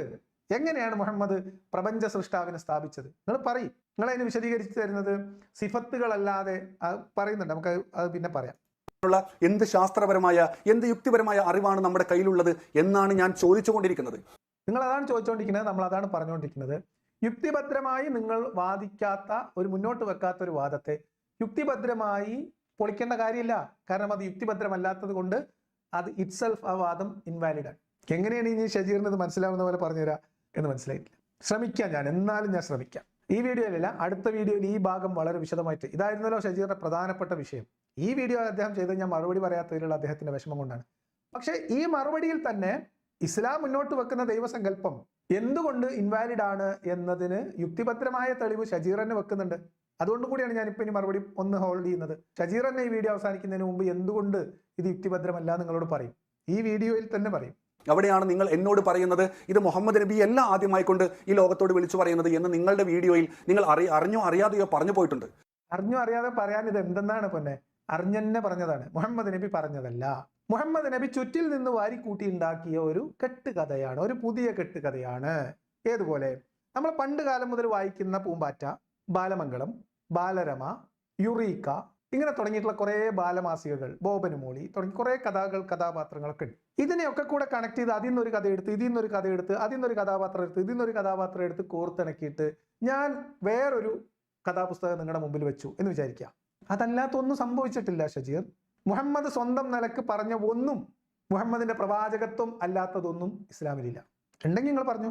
മുഹമ്മദ് ഞാൻ പ്രവാചകനാണ് എന്ന് പറഞ്ഞതല്ലാത്ത ഒന്നും മുഹമ്മദ് പുതുതായിട്ട് പറഞ്ഞിട്ടില്ല. മുഹമ്മദ് പുതുതായിട്ട് പറഞ്ഞത് എന്താ വെച്ചാൽ, ആളുകൾ ഇപ്പൊ ദൈവം ദൈവം ദൈവം എന്ന് നമ്മളൊരു പേര് പറയുന്നു. ആ പേര്, അതിന്റെ പേറ്റന്റ് സ്വന്തം അങ്ങോട്ട് ഏറ്റെടുക്കുകയാണ്. ദൈവം എന്ന് പറഞ്ഞാൽ അള്ളയാണ്, അള്ളാഹ് എന്ന് പറഞ്ഞാൽ ദൈവമാണ്. നമ്മൾ ഏതുപോലെ, നമ്മൾ കോൾഗേറ്റ് എന്ന് പേസ്റ്റിന് പറയുന്നില്ല, ടൂത്ത് പേസ്റ്റിന് എന്നതുപോലെ അതാണ് ഇത് എന്ന് സ്വന്തം വാദിക്കുക. അള്ളാഹു എന്ന് പറഞ്ഞാൽ പ്രപഞ്ച സൃഷ്ടാവായ ദൈവത്തിന്റെ കേവലമായ ഒരു വിശേഷണം മാത്രമാണ് എന്നാണ് ഷജീർ പറയാൻ ശ്രമിക്കുന്നത് ഈ വീഡിയോയുടെ അവസാനം വരെ. അങ്ങനെ വന്ന ഇസ്ലാം പൊളിയും ഷജീറെ. ഷജീറിന് ഏതെങ്കിലും ഉസ്താദുമാർ വിളിച്ചിട്ട് ഒന്ന് പറഞ്ഞു കൊടുക്കണം. അണ്ടകടാഹങ്ങൾ മുഴുവൻ സൃഷ്ടിച്ച് പരിപാലിക്കുന്ന ഒരു സൃഷ്ടാവുണ്ട് എന്നത് മുഹമ്മദ് ആദ്യമായിട്ട് പറഞ്ഞതല്ല. അത്തരം കഥകളും അത്തരം സങ്കല്പങ്ങളും സിദ്ധാന്തങ്ങളും ദമ്പടി നാട്ടിലുണ്ട്. അത് ഇതാണെന്നും ഞാൻ അതിന്റെ ആളാണെന്നും ഞാൻ അങ്ങോട്ട് പറയുന്നു. വേറെ എന്താ സംഭവിച്ചത്? എന്താണ് ഇതിൽ കൺഫ്യൂഷൻ? എനിക്ക് മനസ്സിലായിട്ടില്ല. ഷജീറിന്റെ കൺഫ്യൂഷൻ എന്താണെന്ന് എനിക്ക് മനസ്സിലായിട്ടില്ല. അവിടെയാണ് ഞാൻ എൻ്റെ കഴിഞ്ഞ വീഡിയോയിൽ വന്നുകൊണ്ട് നിങ്ങൾ ആ പറഞ്ഞ പരാമർശത്തെ വളരെ സ്നേഹത്തോടു കൂടി ഞാൻ സ്വാഗതം ചെയ്യുകയും തീർച്ചയായിട്ടും നിങ്ങൾ പറഞ്ഞത് ശരിയാണ്. കാരണം പ്രവാചകൻ വന്നുകൊണ്ട് പറയുന്നത് ഞാൻ ഈ ആദർശത്തെ മുന്നോട്ട് വെക്കുന്നതിലെ അവസാനത്തെ കണ്ണിയാണ് എന്നാണ് മുഹമ്മദ് നബി പറയുന്നത്. എനിക്ക് മുൻപ് ഏകദേശം 1,25,000-ഓളം ഇത്തരത്തിലുള്ള പ്രവാചകന്മാർ ലോകത്തിന്റെ വ്യത്യസ്ത ഭാഗങ്ങളിൽ കഴിഞ്ഞു പോയിട്ടുണ്ട് എന്ന് ആ പറയുന്ന മുഹമ്മദ് നബി സല്ലല്ലാഹു അലൈഹി വസല്ലം നമ്മുടെ മുന്നിൽ പരിചയപ്പെടുത്തുന്നുണ്ട്. ഇതാണ് ഞാൻ പറഞ്ഞത്. ഈ ഒരു സ്വന്തം തള്ള് ഇതാണ് മുഹമ്മദ് ആകെ പറഞ്ഞത്. എന്ത്? മുന്നിൽ നാട്ടുകാർക്ക് അറിയാവുന്ന കഥകൾ, ഓരോ ആളുകൾ അപ്രോച്ച് ചെയ്യുന്ന സമയത്ത് അവർക്ക് പരിചയമുള്ള കഥയും അവർക്ക് പരിചയമുള്ള കഥാസന്ദർഭങ്ങളും കഥാപാത്രങ്ങളെയും അതിന്റെ പിന്മുറക്കാരനാണ് ഞാനെന്ന് പറയാൻ മുഹമ്മദ് ശ്രമിച്ചു. നമ്മളിവിടുത്തെ രാഷ്ട്രീയക്കാര് ഇലക്ഷൻ എടുക്കുന്ന സമയത്ത് പിന്നെ ഏത് ഭാഗത്താണ് വോട്ട് നിൽക്കുന്നതെങ്കിൽ അതിനനുസരിച്ചുള്ള സ്ഥാനാർത്ഥികളെ നിർത്തുകയും അതിനനുസരിച്ചുള്ള വേഷം കെട്ടുകയും ചെയ്യുന്നത് പോലത്തെ കളി അല്ലേ? നമ്മുടെ രാഹുൽ ഗാന്ധി ഉൾപ്പെടെയുള്ള കോൺഗ്രസ്സുകാർ ഹിന്ദുത്വത്തിനെതിരെ ഭയങ്കരമായിട്ട് സംസാരിക്കുന്നവർ പോലും ഉത്തരേന്ത്യയിൽ ഹിന്ദു ഭൂരിപക്ഷ ബെൽറ്റുകളിൽ പോയി കഴിഞ്ഞാൽ, അല്ലെങ്കിൽ ഹിന്ദുത്വക്ക് വേരോട്ടുള്ള അവിടെ പോയി കഴിഞ്ഞാൽ അമിത്ഷാനേക്കാളും വലിയ ഹിന്ദുത്വവാദിയാണോ രാഹുൽ ഗാന്ധി എന്ന് തോന്നുന്ന തരത്തിൽ ഡ്രസ്സ് ധരിച്ചു പോകും. എന്തിനാ? അവരുടെ വോട്ട് കിട്ടാൻ. എന്നതുപോലെ മുഹമ്മദ് മക്കയിൽ ഉണ്ടായിരുന്ന സമയത്ത് മക്ക ഖുറൈശികളും അവരുടെ ആരാധനകളും അവരുടെ ദൈവസങ്കല്പങ്ങളുമായിട്ടുള്ള ആളുകളുമായി സംവദിച്ചു. അവർ അള്ളാഹു ദൈവം എന്ന് പറയുന്ന ഈ ദൈവം അത് യഥാർത്ഥത്തിലുള്ള ദൈവമാണ്, ആ ദൈവം പറഞ്ഞ ആളാണ് ഞാനെന്നും, എന്നാൽ ഈ അള്ള മാത്രമേ ദൈവമുള്ളൂ എന്നും ബാക്കി ലാത്ത ഉസ്സ മനാത്ത പോലെയുള്ള സംഭവങ്ങളെ നിങ്ങൾ ആരാധിക്കരുതെന്നും പറഞ്ഞു. അവിടെ ക്ലച്ച് പിടിക്കൂല എന്ന് കണ്ട് മദീനയിലേക്ക് കച്ചവടം മാറ്റി സ്ഥാപിക്കേണ്ടുന്ന അവസ്ഥ വന്നപ്പോൾ അതിന് വേറെയും കാരണങ്ങളുണ്ട്. അങ്ങനെ വന്നപ്പം മുഹമ്മദ് 2-3 കൊല്ലം കൊണ്ട് വേറെ പദ്ധതി തയ്യാറാക്കി. ഇനി നമ്മൾ കാണാൻ പോകുന്നത് ജൂതന്മാരെയാണ്. ജൂതന്മാരെ മാർക്കറ്റ് ചെയ്യാൻ പോകുമ്പോൾ അവരുടെ സെന്റിമെന്റ്സ്, അവരുടെ വിശ്വാസം, അവരുടെ കഥകൾ, അവരുടെ ആരാധനകൾ എന്ന് തുടങ്ങിയ ചില സാധനങ്ങൾ കടമെടുത്ത് ഫിറ്റ് ചെയ്തിട്ട് ഞാൻ നിങ്ങളിൽ പെട്ടവൻ തന്നെയാണ്, നിങ്ങളെ പിന്മുറക്കാരനാണ്, നിങ്ങളെ കിതാബിലില്ലേ ഒരാൾ വരുന്നത്, ആ ആളാണ് ഞാൻ എന്ന് പറയാൻ വേണ്ടിയിട്ടാണ് മുഹമ്മദ് മക്കയിൽ നിന്ന് മദീനയിലേക്ക് പോകുന്നതിന്റെ തൊട്ട് മുൻപത്തെ വർഷം ഈ പറയപ്പെടുന്ന ആകാശയാത്ര എന്ന സംഭവം ഉണ്ടാവുന്നത്. കഥ നിങ്ങൾ കണക്ട് ചെയ്ത് വായിക്കണം. ആകാശയാത്ര സംഭവിക്കുന്നു. ആകാശയാത്രയ്ക്ക് ആകാശത്തേക്ക് ഉയർത്താൻ പ്രപഞ്ചത്തിന്റെ സെന്റർ, ഭൂമിയുടെ സെന്റർ ആയിട്ടുള്ള കഅബയുടെ മോളിൽ നിന്ന് ഇതിന്റെ നേരെ മുകളിലാണ് അള്ളാന്റെ സിംഹാസനം കുത്തിയിരിക്കുന്നത്. നിങ്ങൾക്കറിയോ? അങ്ങോട്ടേക്കാണ് നബി പോകുന്നത്. അതിനു വേണ്ടി ആ കഅബന്റെ പൊക്കത്തുനിന്ന് ഈ പറയപ്പെടുന്ന ഒരു കുതിരപ്പുറത്ത് നാട്ടിൽ കിടന്നുറങ്ങുമ്പോഴല്ലാതെ പച്ച വെളിച്ചത്തിൽ, പകൽ വെളിച്ചത്തിൽ അള്ള ഈ മുഹമ്മദിനെ ഈ ബുറാക്കിന്റെ പുറത്തുനിന്ന് ആ കഅബന്റെ മുകളിൽ നിന്ന് പൊക്കിയെങ്കിൽ മുഹമ്മദിന് ഹിജറ പോകേണ്ടി വരുമോ? അവിടുത്തെ ആൾക്കാർ മുഴുവൻ വിശ്വസിക്കൂലേ? അതിനാരും കാണാതെ രായ്ക്കിരായ്മാനം അള്ള എന്ത് ചെയ്തു? മുഹമ്മദിനെ ആദ്യം എങ്ങോട്ട് കൊണ്ടുപോയി? ബൈത്തുൽ മുഖദ്ദസ്, ജെറുസലേം എന്ന് പറയുന്ന ജൂതന്മാരുടെ വാഗ്ദത്ത ഭൂമിയിൽ, അവരുടെ പുണ്യ പ്രദേശത്തേക്ക് കൊണ്ടുപോയിട്ട് അവിടെ നിന്ന് ആകാശത്തേക്ക് പോയി എന്ന കഥ മെനഞ്ഞു. എവിടത്തേക്കാ പോണേ? മുഹമ്മദ് മദീനയിൽ പോണം, അവിടെ ജൂതന്മാരോട് സംസാരിക്കണം, ജൂതന്മാർ കാത്തിരിക്കുന്ന പ്രവാചകനാണ്, ദൂതനാണ് ഞാൻ എന്ന് പറയണം. അതിന് ഈ കഥയുടെ എന്തെങ്കിലുമൊക്കെ പൊട്ടും പൊടിയും നമ്മുടെ ചെറിയിൽ വേണം, അല്ലേ? അതിനു വേണ്ടി ഉണ്ടാക്കുന്ന കഥ നിങ്ങൾ കേട്ടോ. എന്നിട്ട് മുഹമ്മദിനെ അവിടെ നിന്ന്, ജെറുസലേമിൽ നിന്ന് ആകാശത്തേക്ക് കൊണ്ടുപോയി. എന്നിട്ട് അവിടെ നിന്ന് മുഹമ്മദിന് സമ്മാനം കിട്ടിയത് എന്താ? ജൂതന്മാരുടെ ആരാധനയായിട്ടുള്ള നിസ്കാരം, അല്ലേ? ആ നിസ്കാരം 50 വക്ത നിസ്കാരമായിട്ട് സ്വന്തം ജനത കയറ്റിയ പൊങ്ങാത്ത നിസ്കാരം തലയിലേറ്റി മുഹമ്മദ് നബി ഇങ്ങനെ ആകാശം ഇറങ്ങി ഇറങ്ങി ഇറങ്ങി ഇറങ്ങി വരുമ്പോ വഴിയിൽ ഇതേ നിൽക്കണു. 1,00,000 ചില്ലോനം പ്രവാചകന്മാരുണ്ടായി, ആരെയും കണ്ടില്ല, തട്ടും തടച്ചിൽ ഒന്നുമില്ല, ഒരു പ്രശ്നമല്ല. ലോൺ എടുക്കണു മൂസാ നബി അവിടെ. ആരാ മോസസ്? ആരാ മൂസാ നബി? മൂസാ നബി ജൂതന്മാർ തമ്മിൽ വല്ല ബന്ധമുണ്ടോ? ഉണ്ടോ? മൂസാ നബി മുഹമ്മദിനെ നിർത്തി, നിക്കവിടെ, ഞാൻ ഇങ്ങനെ അള്ളാനെ കാണാൻ പോയത്, എന്താ കാര്യം? ഇല്ല, ഒന്നുമില്ല, വെറുതെ ഉള്ള വിസിറ്റ്. എന്നിട്ട് എന്താ സമ്മാനം കിട്ടിയ? കിട്ടി 50 വക്ത നിസ്കാരം. പൊന്നാരന്റെ മുഹമ്മദെ, 50 വക്ത നിസ്കാരം കൊണ്ട് ഈ നാട്ടിൽ പോയാൽ മനുഷ്യന്മാർക്ക് കക്കൂസ് പോകാൻ പോലും സമയം കിട്ടൂലല്ലോ. എങ്ങനെ പോലും കിടന്നുറങ്ങും? ഇവര് കുടുങ്ങിപ്പോകൂലേ? അതുകൊണ്ട് ഒരു കാര്യം ചെല്ല്, അള്ളഹാനോട് എന്തെങ്കിലും ഒന്ന് കുറച്ചു തരാൻ പറ. ആര് പറഞ്ഞേക്ക? മുഹമ്മദിനെ സഹായിക്കുന്നത് ആരാണ്? മോസസ്. എന്താ കയ്യിലുള്ളത്? നിസ്കാരം. എവിടുന്ന കയറി പോകുന്നത്? ബൈത്തുൽ മുഖദ്ദസ്, ജെറുസലേം. മുഹമ്മദിന്റെ ഒക്കെ തല ഇന്ന് ഏതെങ്കിലും ഒരു രാഷ്ട്രീയ നേതാവിന്റെ, ഒരു രാഷ്ട്രതന്ത്രജ്ഞന്റെ തലയിലാണുള്ളതെങ്കിൽ ലോകം കീഴടക്കിയിട്ടുണ്ടാവും അയാൾ, അതിൽ സംശയമൊന്നുമില്ല. പക്ഷെ നിങ്ങൾ ആലോചിക്കണം, ഈ കഥ മെനഞ്ഞിട്ടാണ് മുഹമ്മദ് നിസ്കാരം കൊണ്ടിരുന്നു, നിസ്കാരം കൈ കിട്ടി, നിസ്കാരം നിർബന്ധാക്കി കേട്ടോ, നിസ്കാരം നിർബന്ധാക്കി. അതിന് മുമ്പ് നിസ്കരിച്ചിട്ടൊക്കെ ഉണ്ട്, പ്രാർത്ഥിച്ചിട്ടൊക്കെ ഉണ്ട്. എന്നിട്ട് ജൂതന്മാരെടുത്തുവാ. എന്നിട്ട് എവിടേക്ക് തിരിഞ്ഞിട്ടാണ് നിസ്കരിക്കുന്നത്? ബൈത്തുൽ മുഖദ്ദസിലേക്ക് തിരിഞ്ഞ് നിസ്കരിക്കും. ജൂതന്മാരുടെ പുണ്യപ്രദേശത്തേക്ക് മുഖം തിരിച്ചു നിന്നിട്ടാണ് നിസ്കാരവും പ്രാർത്ഥനയും. ഇതാണ്. അല്ലാതെ മുഹമ്മദ് എവിടുന്ന് എടുത്ത് കൊണ്ടുവന്നു എന്നാണ് ഷജീറെ. എന്നിട്ട് ജൂതന്മാരുടെ അടുത്ത് പരിപ്പ് വേവൂല എന്ന് മനസ്സിലായപ്പോൾ ജൂതന്മാരോടുള്ള കണക്ഷൻ വേർപ്പെടുത്തി നേരെ നിസ്കാരം ബൈത്തുൽ മുഖദ്ദസ് നിന്ന് കിബിലയിലേക്ക് തിരിച്ചു. എവിടത്തേക്ക്? കഅബയിലേക്ക്. അടുത്ത ടാർഗറ്റ് ഏതാ? കഅബ. ഇങ്ങനെ പറയില്ലേ, ആട്ടം മുട്ടിയാൽ കൊട്ടത്തളത്തിൽ നിന്ന് ഞങ്ങളുടെ നാട്ടിലൊരു ചൊല്ലുണ്ട് എന്നതുപോലെ മറ്റേ നടക്കൂല തോന്നി തിരിച്ച് കഅബയിലേക്ക് തിരിച്ചു പിടിച്ചു. ഇത്രേ ഉള്ളൂ ഷജീറ. ഇത് മനസ്സിലാക്കുക. അതുകൊണ്ട് തന്നെയാണ് ഞാൻ ഭാരതത്തിലെ പുരാണങ്ങൾ അല്ലെങ്കിൽ വേദവാക്യങ്ങളൊക്കെ നിങ്ങളുടെ മുന്നിൽ എടുത്തു കാണിച്ചത്. കൃത്യമായി കൊണ്ട് തന്നെ ആ വേദവാക്യങ്ങളിലും പറയുന്നത് ഏകനായ ആ ഒരു മഹാശക്തിയെ തന്നെയാണ് ഒരു സൃഷ്ടാവായി കൊണ്ട് പരിചയപ്പെടുത്തുന്നത്. ഞാൻ ബൈബിളിലെ വചനം എടുത്തു കാണിച്ചു, ഒരു ഏകനായ സൃഷ്ടാവിനെ തന്നെയാണ് അവിടെയും എടുത്ത് യേശു നമ്മുടെ മുന്നിൽ പഠിപ്പിക്കുന്നത്. സകല പ്രവാചകന്മാരും, ഇപ്പോൾ മുഹമ്മദ് നബി മാത്രമല്ല, അതിക്ക് മുൻപ് വന്ന യേശു, അതിക്ക് മുമ്പ് വന്ന പ്രവാചകന്മാർ മൂസ, ഈസ, അബ്രഹാം അല്ലെങ്കിൽ യാക്കൂബ് അലൈഹി സ്വലാത്തു വസ്സലാം, ഈ പറയുന്ന എല്ലാ മുഴുവൻ പ്രവാചകന്മാരും പഠിപ്പിച്ചു തന്ന ഈ ഒരു അടിസ്ഥാന ആദർശമുണ്ടല്ലോ. ഒന്നാമത് ഇവരൊക്കെ കുറെ ഇങ്ങനത്തെ പേര് പറഞ്ഞ എല്ലാവരും പ്രവാചകന്മാരായിരുന്നു എന്നത് തന്നെ മുഹമ്മദ് തട്ടിക്കൂട്ടിയ കഥയില്ല. കാരണം മുഹമ്മദ് ബൈബിളിലെ കുറെ കഥാപാത്രങ്ങളെ എടുത്ത് പ്രവാചകന്മാരായി സങ്കല്പിച്ചു.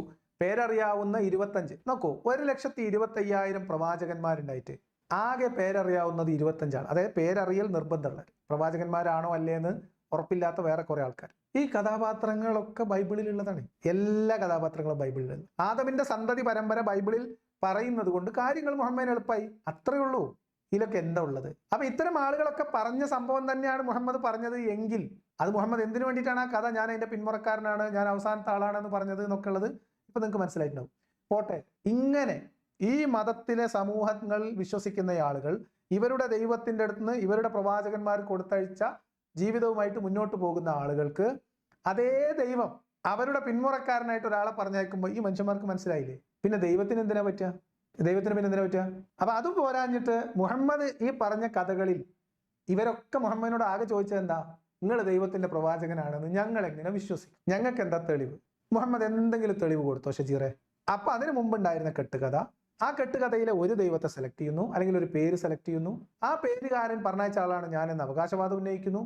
മറ്റുള്ള ആളുകളെയൊക്കെ സ്വാധീനിക്കാൻ വേണ്ടി, അവരുടെ പിന്തുണ കിട്ടാൻ വേണ്ടി അവരുടെ കഥകളിലെ ചില കഥാപാത്രങ്ങളെ കടമെടുക്കുന്നു, ചില ആരാധനകൾ കടമെടുക്കുന്നു. ഈ ഹജ്ജ് ആരുടെ ആരാധനയാ? പാഗൻ അറബിയുടെ, അവിടുത്തെ ഗോത്ര വിഭാഗത്തിന്റെ ആരാധനകൾ. ഹജ്ജ് എന്ന് പറഞ്ഞാൽ എന്താ? ഈ കഅബയ്ക്ക് ചുറ്റുമുള്ള മനുഷ്യർ ആ കഅബയെ പ്രദക്ഷിണം ചെയ്യുകയും അതിനപ്പുറത്തും ഇപ്പുറത്തും സഫയിലും മർവയിലും ആ കുന്നിന്റെ 2 കുന്നിന്റെ മുകളിലും ഓരോ പ്രതിഷ്ഠകൾ ഉണ്ടായിരുന്നു.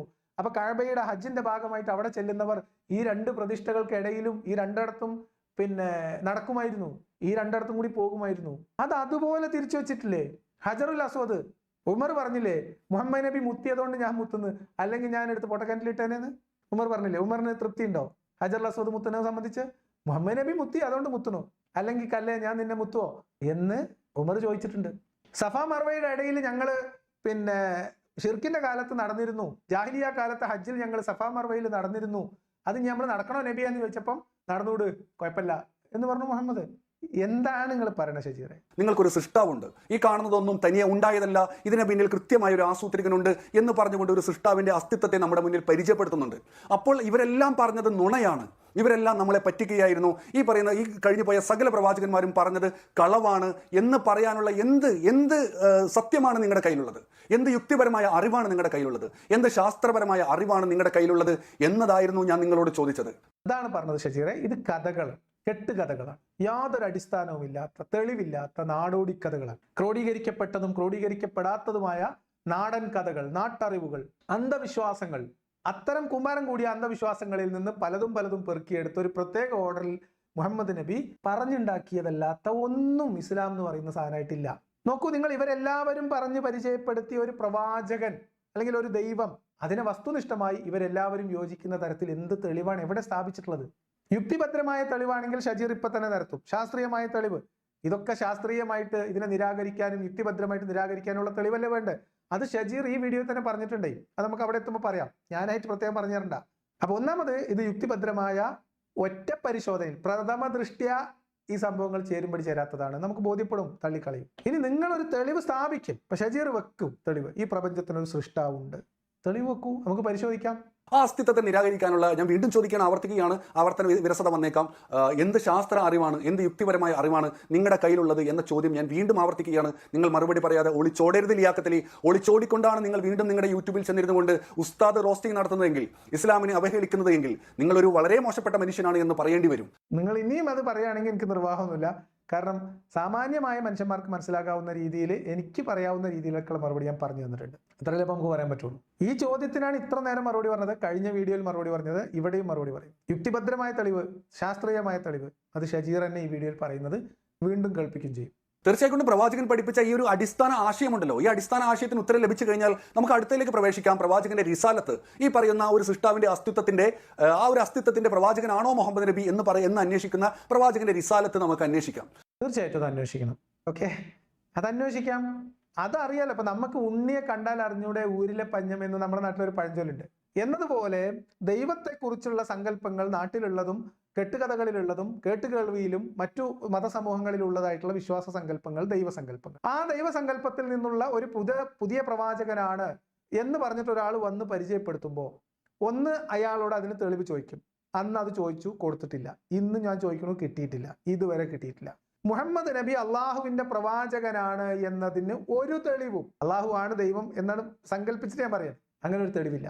അതൊക്കെ പോട്ടെ ഷജീറെ, ഞാൻ നിങ്ങളോട് ചോദിക്കുന്നത്, മുഹമ്മദിന്റെ അടുത്ത് വന്നത് ജിബിരിയിലാണ് എന്ന് മുഹമ്മദ് എങ്ങനെയാണ് ഉറപ്പിച്ചത്? അത് പറഞ്ഞു തന്നാൽ മതി. നിങ്ങൾ അതൊന്ന് പറഞ്ഞുതരും. ഈ റിസാലത്തുമായിട്ട് വന്ന ആള് ജിബിരിയിലാണല്ലോ, നുബൂവത്തിന്റെ അടയാളമായിട്ടുള്ള വഹയുമായിട്ട് വന്നത് ജിബിരിയിലാണല്ലോ. അത് വന്നത് അള്ള പറഞ്ഞയച്ച ജിബിരിയിലാണ് എന്ന് മുഹമ്മദ് നബി എങ്ങനെയാണ് ഉറപ്പിച്ചത്, കൺഫേം ചെയ്തത്? ഷജീർ ബാക്കിയൊക്കെ വിട്ടാളി, ഇത് മാത്രമാണ് പറഞ്ഞു തന്നാൽ മതി. അവിടുന്നാണല്ലോ ഈ റിസാലത്ത് എന്ന് പറയുന്ന അവകാശവാദന തുടങ്ങുന്നത്. എന്താ തെളിവ്? ഷജീറിന് അറിയെങ്കിൽ പറഞ്ഞോ, അല്ലെങ്കിൽ അറിയാവുന്ന ഉസ്താദുമാരെ വിളിച്ചിട്ട് വന്നോ, നമുക്ക് ഇവിടെ ഇരുന്ന് സംസാരിക്കാം. ഇനി നമ്മളിങ്ങനെ വീഡിയോ ഇട്ട് കളിക്കണ്ട. ഷജീർ തയ്യാറുള്ള ദിവസം പറഞ്ഞാൽ നമുക്ക് ഒരുമിച്ചിരുന്ന് ഇവിടെ ഇരുന്ന് ലൈവിൽ സംസാരിക്കാം, ഒരു കുഴപ്പമില്ല. തുടർന്ന് ഈ പറയുന്ന മുഹമ്മദ് നബി മുന്നോട്ട് വെക്കുന്ന ഈ ദൈവിക കാഴ്ചപ്പാട്, ആ ദൈവിക കാഴ്ചപ്പാടിന്റെ ഗുണഗണങ്ങളുണ്ട്, സിഫത്തുകൾ, അഥവാ നിങ്ങൾ തന്നെ പറയുന്ന ദേഷ്യപ്പെടുന്ന ഒരു അള്ളാഹ്, അല്ലെങ്കിൽ ഈ യുദ്ധത്തിൽ ഇടപെടുന്ന അള്ളാഹ്, ഇതൊക്കെ ഒരു സൃഷ്ടാവിനെ യോജിച്ചതാണോ എന്നത് നമുക്ക് പരിശോധിക്കാം. അതുകൊണ്ടാണ് ചോദിക്കുന്നത്, ഇതിന്റെ അടിത്തറയായിക്കൊണ്ടുള്ള, ഇതിന്റെ ബേസ് ആയിക്കൊണ്ടുള്ള ഈ പറയുന്ന സകല പ്രവാചകന്മാരും പഠിപ്പിച്ച ഒരു സൃഷ്ടാവിന്റെ അസ്തിത്വമുണ്ടല്ലോ. ഈ ഒരു സൃഷ്ടാവിന്റെ അസ്തിത്വത്തെക്കുറിച്ച് ഞാൻ തർക്കിക്കാറില്ല. ഇതിനൊരു സൃഷ്ടാവുണ്ട് എന്നൊരാൾ വിശ്വസിക്കുകയാണ്, ആയിക്കോട്ടെ. നമ്മൾ എന്തിനാണ് കലഹിക്കുന്നത്? ഷജീറിന് തോന്നുകയാണ് ഈ പ്രപഞ്ചങ്ങളൊക്കെ സൃഷ്ടിച്ച് പരിപാലിക്കുന്ന ഒരു ജഗന്നിയന്താവായ ഒരു സൃഷ്ടാവ്, സർവശക്തനായ ഒരു ദൈവമുണ്ട് എന്ന് നിങ്ങൾ വിശ്വസിക്കുകയാണ്. എനിക്കെന്താ കുഴപ്പം? ഷജീറിനോട് ഞാൻ എപ്പോഴേലും പറഞ്ഞിട്ടുള്ളൂ ദൈവത്തിൽ വിശ്വസിക്കാൻ പാടില്ല എന്ന്? അതിന് തെളിവില്ല എന്ന് എൻ്റെ ബോധ്യമാണ്. അതെനിക്ക് തെളിവ് കിട്ടാത്തതുകൊണ്ടാണ്. അങ്ങനെ ഒന്നും ഉണ്ടാവാൻ പാടില്ല എന്നുള്ള വാശിയൊന്നും എനിക്കില്ല. ഇല്ല എന്നാണ് എൻ്റെ ബോധ്യം. ഉള്ളതായിട്ട് എനിക്ക് അറിയില്ല, തെളിവില്ല, എനിക്ക് ബോധ്യപ്പെട്ടിട്ടില്ല. ഇത്രയേ ഉള്ളൂ ഷജീറെ. ഇനി ആ ദൈവത്തിന് ഷജീർ അള്ളാഹു എന്ന പേരാണ് കൊടുക്കുന്നതെന്ന് വെച്ചോ, നമുക്കെന്താ കുഴപ്പം? ഒരു കുഴപ്പമില്ല, ഒരു പ്രശ്നമല്ലെന്നേ. ഇത് നമ്മളുടെ ഷജീറിന്റെ ബുദ്ധിക്ക് അനുസരിച്ച് ജീവിക്കുന്നു, ഞാൻ എൻ്റെ ബുദ്ധിക്കും ചിന്തക്കനുസരിച്ച് ജീവിക്കുന്നു. നമ്മൾ തമ്മിൽ എന്തിനാണ് ക്യാ പോട്ടി ക്യാ ചകട ആവശ്യമില്ലല്ലോ. നമ്മൾ സുഹൃത്തുക്കളല്ലേ, നിങ്ങൾക്ക് അങ്ങനെ വിശ്വസിക്കാം, എനിക്കിതില്ലാന്ന് വിശ്വസിക്കാം. പിന്നെ നിങ്ങളിപ്പോൾ പറഞ്ഞല്ലോ, ഇനി എങ്ങാനും ഒരു ദൈവം ഉണ്ടെങ്കിൽ ആ ദൈവം സ്വന്തം സൃഷ്ടികളായി സ്വന്തം ഉദ്ദേശത്തിൽ പടച്ച് പരിപാലിച്ച് മുന്നോട്ട് വിട്ടുള്ള സൃഷ്ടികളിൽ ഒരു വിഭാഗത്തെ അടിമകളാക്കി വെക്കുന്ന, അതിനെ അനുവദിക്കുന്ന, അതിന് നിയമം, അടിമക്കച്ചവടത്തിന്റെ നിബന്ധനകൾ വഹിയായിട്ട് ഇറക്കി കൊടുക്കുന്ന ഒരു ഏഴാംകൂലി ദൈവമായിരിക്കുമോ എന്ന് നമുക്ക് ചോദിക്കാലോ. ആ ദൈവത്തിന്റെ മതത്തിൽ ആ ദൈവം പറഞ്ഞതായിട്ട് പറയപ്പെടുന്ന നിയമങ്ങളാണ് മനുഷ്യ സമൂഹത്തിൽ എല്ലാവരും പിന്തുടരേണ്ട നിയമം എന്ന് ഷജീർ പറയുമ്പോൾ മാത്രം പ്രശ്നം, അല്ലെ പ്രശ്നമില്ല, അല്ലെ നമ്മൾ തമ്മിൽ പ്രശ്നമില്ല. ഏറ്റവും സഹിഷ്ണുതയുള്ള മതം ഇസ്ലാമാണ്, ഏറ്റവും സമാധാനമുള്ള മതം ഇസ്ലാമാണ്, ഇസ്ലാം അല്ലാത്തതൊന്നും സത്യമല്ല എന്ന് പറയുമ്പോൾ അവിടെ പ്രശ്നമുണ്ട്. അപ്പൊ നമ്മൾ ചോദിക്കും, തെളിവ് ചോദിക്കും. നിങ്ങൾ ആ തെളിവായിട്ട് മുന്നോട്ട് വെക്കുന്ന അവകാശവാദങ്ങൾ പരിശോധിക്കും, സാമൂഹ്യ നിയമങ്ങളെടുത്ത് പരിശോധിക്കും, പരസ്പരം മനുഷ്യരെങ്ങനെയാണ് പരിഗണിക്കുന്നത്, പെരുമാറേണ്ടത്, രാജ്യത്ത് നിയമമായി നിലനിൽക്കുന്ന സംവിധാനങ്ങൾ, അതിൽ മനുഷ്യർ പരിഗണിക്കപ്പെടുന്നത്, ഇതൊക്കെ ആലോചിക്കും, അന്വേഷിക്കും, അതിന്റെ നിയമങ്ങൾ പരിശോധിക്കും. അതാണ് ചെയ്യുന്നത്, അതാണ് എൻ്റെ പണി. ഞാൻ എല്ലാ കാലത്തും പറയുന്നത് ഇതിന്റെ സാമൂഹ്യ രാഷ്ട്രീയ വിഷയങ്ങളാണ് എൻ്റെ പ്രശ്നമുള്ളൂ. ഇപ്പൊ ഷജീർ നിസ്കരിക്കുന്നുണ്ട്, നിസ്കരിച്ചോ? നോമ്പ് നോൽക്കുന്നുണ്ട്, നോമ്പ് നോറ്റോ? ഷഹാദത്ത് കലിമ രാവിലെ ഉച്ചക്കും വൈകുന്നേരം ചൊല്ലുന്നത്, ചൊല്ലിക്കോ. എന്താ പ്രശ്നം? ആർക്കെങ്കിലും എന്താ പ്രശ്നമുണ്ടോ? പക്ഷെ നോമ്പ് നോറ്റാൽ ഇന്ന അസുഖങ്ങൾ മാറും എന്ന് പറഞ്ഞിട്ട് ഷജീർ ഒരു വീഡിയോ ചെയ്ത് നോക്കിയേ, ഞാൻ മറുപടി പറയും, പരിശോധിക്കും. നിസ്കാരത്തിന്റെ ആരോഗ്യ ഗുണങ്ങൾ പറഞ്ഞിട്ട് വീഡിയോ ചെയ്തോ, അത് പരിശോധിക്കും. അതിന് തന്നെ ആരോഗ്യ ഗുണങ്ങളുണ്ടോ? ഒരു എക്സസൈസ് ആണ്, എല്ലാ ജോയിന്റ് മൂവ്മെന്റ് നടക്കുന്നുണ്ട്. ഒരാൾ 5 പ്രാവശ്യം ഒന്ന് കുമ്പിട്ട് നീരുന്നത് നല്ലതാണ്, ചെയ്തോളി. അതേ സമയത്ത് അതുകൊണ്ട് നിങ്ങളുടെ കിഡ്നി സ്റ്റോൺ പോകും എന്നും, അല്ലെങ്കിൽ നിങ്ങൾ നോമ്പ് നോറ്റാൽ നിങ്ങളുടെ പല അസുഖങ്ങളും വരാതിരിക്കുമെന്നും അങ്ങനെ നിങ്ങൾ പറഞ്ഞു നോക്കിയേ. അത് ശാസ്ത്രീയമായിട്ട് തെളിവുണ്ടോ നോക്കും, ഇല്ലെങ്കിൽ തള്ളും. നിങ്ങൾ ഹജ്ജ് ചെയ്യണത് പൈസ ഉണ്ടോ? പോയി നാടൊക്കെ കണ്ടിട്ട് വാ, നമുക്ക് എന്താ കുഴപ്പം? നിങ്ങളുടെ വിശ്വാസമോ നിങ്ങൾ വ്യക്തിപരമായിട്ട് ആ വിശ്വാസത്തിന്റെ അടിസ്ഥാനത്തിൽ ചെയ്യുന്ന ആരാധനയോ എൻ്റെ വിഷയമല്ല. ഇനി നിങ്ങൾ വിശ്വസിക്കുന്നത് ഞാൻ വിശ്വസിക്കാത്തത് എനിക്കത് ബോധ്യമില്ലാത്തതുകൊണ്ടാ. നിങ്ങൾ വിചാരിക്കുന്നത് പോലെ ഞാൻ വിചാരിക്കാത്തത് എനിക്ക് ആ കാര്യത്തിൽ ചില ബോധ്യങ്ങൾ ഉള്ളത് കൊണ്ടാണ്. ഇപ്പൊ ഇസ്ലാമാണ് ഏറ്റവും സമ്പൂർണമായിട്ടുള്ള മതം എന്ന് നിങ്ങൾ പറയുന്നു. ഞാൻ ഇസ്ലാമിനേക്കാളും മികച്ച ദൈവികമായ ചിന്തയുള്ള മതങ്ങൾ വേറെ കണ്ടിട്ടുണ്ട്. അതുകൊണ്ട് ഇസ്ലാമിന് അവകാശവാദത്തിന് അർഹതയില്ല. മുഹമ്മദ് നബിയാണ് പെൺകുട്ടികൾക്ക് ജീവിക്കാൻ അവകാശം കൊടുത്തതെന്ന് പറഞ്ഞാൽ ഏത് സാമാന്യ ബുദ്ധിയുള്ള ആൾക്കും അറിയില്ലേ മുഹമ്മദ് നബി ആമിന എന്ന് പറയുന്ന സ്ത്രീ പ്രസവിച്ചതാണെന്ന്, മുഹമ്മദ് നബി ഖദീജ എന്ന് പറയുന്ന ഭാര്യ ഉണ്ടായിരുന്നുവെന്ന്, മുഹമ്മദ് നബിക്ക് 12 ഭാര്യമാർ 13 ഭാര്യമാരുണ്ടായിരുന്നെങ്കിൽ ആ നാട്ടിലെ പെൺകുട്ടികളെ മുഴുവൻ കൊല്ലല്ലായിരുന്നു എന്ന് ആർക്കാ മനസ്സിലാവാത്ത? ഇതേ ഇസ്ലാം 4 ഭാര്യമാരായിട്ട് ഇസ്ലാമിലെ കല്യാണം പരിമിതപ്പെടുത്തുന്നതിന്റെ കാരണമായിട്ട് പറഞ്ഞത് അവിടെ അറബ് നാടുകളിൽ അന്നത്തെ കാലത്ത് അനിയന്ത്രിതമായ വിവാഹമായിരുന്നു എന്നാണ്. ഓരോ മനുഷ്യനും തോന്നുന്ന അത്രയും പെണ്ണിട്ടായിരുന്നു എന്നാണ്. അത് നിയന്ത്രിച്ചിട്ട് 4 ആക്കിയതാണ് പടച്ചോൻ ചെയ്തത് എന്നാണ് വിശ്വാസികൾ പറയുക. അക്ബർ സാഹിബൊക്കെ അത് പറഞ്ഞിട്ടുണ്ട്. ഞാൻ ചോദിക്കട്ടെ, പെൺകുട്ടികൾ ജനിച്ചു വീടിനോടത്ത് അവരെ ജീവനോടെ കുഴിച്ചു മൂടിയിരുന്ന, പെൺകുട്ടികൾക്ക് ജീവിക്കാൻ അവകാശമില്ലാത്ത ഒരു നാട്ടില് ഇങ്ങനെ തോന്നിയ പോലെ പെണ്ണിട്ടാൻ എവിടുന്ന് പെൺകുട്ടികളെ കിട്ടിയിരുന്നു? വേറെ ഏതെങ്കിലും രാജ്യങ്ങളിൽ നിന്ന്, പ്രദേശങ്ങളിൽ നിന്ന് ഇറക്കുമതി ചെയ്തിരുന്നു അന്ന്? ഇതൊക്കെയാണ് യുക്തിഭദ്രമായ തെളിവുകൾ ഷജീറെ. അപ്പൊ സാമൂഹ്യ രാഷ്ട്രീയ വിഷയങ്ങളിൽ നിങ്ങൾ മുന്നോട്ട് വെക്കുന്ന അവകാശവാദങ്ങൾ, അതിന്റെ ദൈവികത, അതിന്റെ നൈതികത തുടങ്ങിയിട്ടുള്ള കാര്യങ്ങൾ പരിശോധിക്കും. അത് മാനവികമാണോ, മനുഷ്യന് ഗുണമുള്ളതാണോ, മനുഷ്യന് ഉപദ്രവം ഉണ്ടാക്കുന്നതാണോ, മറ്റു മനുഷ്യർക്ക് പ്രശ്നമുണ്ടാക്കുന്നതാണോ, ഇത് വിശ്വസിക്കുന്ന ആളുകൾക്ക് എന്തെങ്കിലും പ്രശ്നം ഉണ്ടാവുന്നതാണോ, ആലോചിക്കും, മറുപടി പറയും. അത്രേ ചെയ്യുന്നുള്ളൂ. അല്ലാതെ ദൈവത്തിന്റെ അസ്തിത്വം, അതിന്റെ DNA പരിശോധന എൻ്റെ പണിയല്ല. ഈ പറയുന്ന സകല പ്രവാചകന്മാരും പഠിപ്പിക്കുന്നത് ഒരു സൃഷ്ടാവിനെ പറ്റിയുള്ള അറിവ് പറഞ്ഞു തരിക മാത്രമല്ലല്ലോ ചെയ്യുന്നത്. അവർ പഠിപ്പിക്കുന്ന മറ്റു ചില കാര്യങ്ങൾ കൂടിയുണ്ട്. അല്ലയോ മനുഷ്യരെ, നിങ്ങൾ എന്ന് പറയുന്നത് കേവല പദാർത്ഥം മാത്രമല്ല, പദാർത്ഥാതീതമായ ആത്മാവ് എന്ന് പറയുന്ന, റൂഹ് എന്ന് പറയുന്ന ഒന്നുകൂടി കൂടിച്ചേർന്നതാണ് മനുഷ്യൻ എന്ന് ഈ പറയുന്ന സകല പ്രവാചകന്മാരും, മുഹമ്മദ് നബി മാത്രമല്ല പഠിപ്പിക്കുന്നത്, ഈ പറയുന്ന സകല പ്രവാചകന്മാരും പഠിപ്പിക്കുന്നുണ്ട്. ഇവിടെ മുതൽ മതത്തിന്റെ, സൃഷ്ടാവിന്റെ, പ്രപഞ്ചത്തിന്റെ എന്താ പറയാ നെടുന്തൂണായ ദൈവത്തിന്റെ തെളിവുകൾ ഷജീർ പരിശോധിക്കാണ്. ഇതിനകത്തൊരു ദൈവികതയില്ല. ഈ ദൈവത്തിന്റെ അസ്തിത്വം എന്ന രീതിയിൽ ഇവർ പറയുന്ന കാര്യങ്ങളൊന്നും അടിസ്ഥാനമില്ലാത്ത അബദ്ധങ്ങളും അന്ധവിശ്വാസങ്ങളും മാത്രമാണ് എന്ന് ഷജീർ ഇവിടെ വിശദീകരിക്കുകയാണ്. അതിൽ പ്രധാനപ്പെട്ട ഒന്നാണ് റൂഹ്. എന്താണ് റൂഹ്? ആത്മാവ്. ഇസ്ലാമിൽ കഴിഞ്ഞ 25-30 വർഷം കൊണ്ട് റൂഹും ആത്മാവും അല്ലെങ്കിൽ ജീവനും ആത്മാവും രണ്ടാക്കിയിട്ടുണ്ട്. പണ്ട് കാലത്ത് അതില്ല. പണ്ട് കാലത്ത് റൂഹ്, ജീവൻ തന്നെയായിരുന്നു റൂഹ്, റൂഹ് തന്നെയാണ് ജീവൻ, ആത്മാവ് തന്നെയായിരുന്നു ജീവൻ, ജീവൻ തന്നെയായിരുന്നു ആത്മാവ്. ആത്മാവ് ഉള്ളപ്പോൾ ജീവനുണ്ട്, ആത്മാവ് ഊരിയെടുത്താൽ ജീവൻ പോകുന്നു. ഇതായിരുന്നു സങ്കല്പം. പക്ഷെ ഇപ്പൊ അതിൽ ചില പ്രശ്നങ്ങളുണ്ട്. അതെന്താ നമുക്ക് വഴിയ ആവശ്യമെങ്കിൽ പറയാം. അതുകൊണ്ട് ഇപ്പം നൈസായിട്ട് റൂഹ് എന്ന് പറഞ്ഞാൽ വേറെയും ആത്മാവ് എന്ന് പറഞ്ഞാൽ വേറെയാക്കി മാറ്റിയിട്ടുണ്ട്. ഇത് ഏതാ സാധനം? ഇതിന് രണ്ടിനും കൂടി ചേർത്ത് ഒറ്റ വാക്കേ ഖുർആനിലുള്ളൂ, റൂഹ്. അപ്പം തരാതരം പോലെ ചിലയിടത്ത് റൂഹിന് ആത്മാവെന്നും ചിലയിടത്ത് ജീവൻ എന്നും പേര് വെക്കും. ഓക്കെ, ഇതാണ് ഒന്നാമത്തെ. എല്ലാ പ്രവാചകന്മാരും പഠിപ്പിച്ച ദൈവത്തിന്റെ അസ്തിത്വം എന്ന് പറയുന്നതിന്റെ ഒരു തെളിവാണ് റൂഹ്. ദൈവത്തിന്റെ അസ്തിത്വം പുകയായി പോകുന്ന 3 തെളിവുകൾ ഷജീർ ഇവിടെ വെക്കുകയാണ്. ഞാൻ പറയുന്നതല്ല, ഷജീർ പറയുന്നതാണ്. ഒന്ന് റൂഹ്, രണ്ടാമത്തത്. അതുപോലെ തന്നെ ഈ പറയുന്ന സകല പ്രവാചകന്മാരും പഠിപ്പിക്കുന്നത് നിങ്ങളുടെ മരണം എന്ന് പറയുന്നത് പദാർത്ഥാധിഷ്ഠിതമായ ശരീരത്തിൽ നിന്നും ആത്മാവ് വിട പറയുന്നതിനെയാണ് മരണം എന്ന് ഈ പറയുന്ന സകല പ്രവാചകന്മാരും പഠിപ്പിക്കുന്നുണ്ട്. ഷജീറിനോട് ഒറ്റ ചോദ്യം, മരണം എന്ന് പറഞ്ഞാൽ ജീവൻ അറ്റുപോകുന്നതാണോ? ജീവൻ, അതായത് അസ്രായേൽ വന്നിട്ട് ഊരിയെടുക്കുന്നത് ജീവനാണോ ആത്മാവാണോ? ആ ഒരു കുത്തിൽ പൊട്ടിപ്പോകാവുന്ന കുഞ്ഞു ബലൂൺ മാത്രമാണ് ഇസ്ലാം. ഈ വിഷയത്തിൽ ആത്മീയത, ദൈവികത എന്നൊക്കെ പറഞ്ഞ് കുറെ ആൾക്കാർ നടക്കണ്ടല്ലോ. ആ കൂട്ടത്തിൽ ഇസ്ലാം മുന്നോട്ട് വെക്കുമ്പോൾ അസ്രായേൽ വന്ന് ഊരിക്കൊണ്ടുപോകുന്നത് റൂഹ് എന്നത് ആത്മാവാണോ ജീവനാണോ? അത് രണ്ടും കൂടിയാണോ? രണ്ടും ഒന്നാണോ? രണ്ടും രണ്ടാണ്. അസ്രായേൽ വന്നിട്ട് ഊരുന്നത് ജീവനാണോ റൂഹാണോ? അസ്രായേൽ വന്ന് ഊരിക്കൊണ്ടുപോകുന്നത് റൂഹ് ആത്മാവാണെങ്കിൽ ഇയാൾ എപ്പോഴാണ് മരിക്കുന്നത്? മരണം എങ്ങനെയാണ് സംഭവിക്കുന്നത്? ഇത് ആത്മാവുമായി ബന്ധപ്പെട്ട് തന്നെയുള്ള ദൈവവിശ്വാസത്തിൽ, സൃഷ്ടിവാദത്തിലുള്ള കഥകളിലെ ഒരു വലിയ അബദ്ധമാണ്. ജീവിതം, ജീവൻ, മരണം, റൂഹ്. ഇന്ന് നമുക്കറിയാം എന്താണ് മരണം, എന്താണ് ജീവൻ എന്ന്. തലച്ചോറിന്റെ പ്രവർത്തനം തിരിച്ചു കിട്ടാനാവാത്ത തരത്തിൽ നിലച്ചു പോകുന്നത് എപ്പോഴോ അത് മരണം. അത്രേ ഉള്ളൂ മരണം. എന്തൂരിപ്പോകുന്നു എന്നാ, ആരൂരിക്കൊണ്ടുപോകുന്നു എന്നാ. ഇതാണ് ദൈവത്തിന്റെ അസ്തിത്വം സ്ഥാപിക്കാൻ വേണ്ടി മുൻകാലത്തെ തുടങ്ങി പ്രവാചകന്മാർ പറഞ്ഞു വെച്ചിട്ടുള്ള രണ്ടാമത്തെ തെളിവ്. ഇനി മൂന്നാമത്തെ തെളിവ്. ഈ പറയുന്ന സകല പ്രവാചകന്മാരും പഠിപ്പിക്കുന്നത് നിങ്ങളുടെ മനുഷ്യൻ എന്ന് പറയുന്നത് കേവല നിരർത്ഥക സൃഷ്ടിയല്ല, മരണത്തോടു കൂടി ഇല്ലാതാകുന്ന ഒരു നിരർത്ഥക സൃഷ്ടിയല്ല മനുഷ്യൻ എന്ന് പറയുന്നത്. മനുഷ്യന് വ്യത്യസ്തമായ അർത്ഥതലങ്ങളുണ്ട് എന്ന് ഈ പറയുന്ന പ്രവാചകന്മാർ പഠിപ്പിക്കുന്നുണ്ട്. ഒരു പുനർജീവിത മനുഷ്യനുണ്ട് എന്ന് ഈ പ്രവാചകന്മാർ പഠിപ്പിക്കുന്നുണ്ട്. തെളിവൊന്നുമില്ല, പുക മാത്രം. കാരണം ഈ പുനർ സൃഷ്ടിപ്പിന് വേണ്ടിയിട്ട് ഊരിയെടുക്കുന്ന സാധനമാണ് എന്ത്? റൂഹ്, ആത്മാവൊക്കെ. ഈ രണ്ട് സാധനം ഓൾറെഡി പുകയായ സ്ഥിതിക്ക് എന്ത് പുനർജന്മം, എന്ത് ഖബർ, എന്ത് വിചാരണ?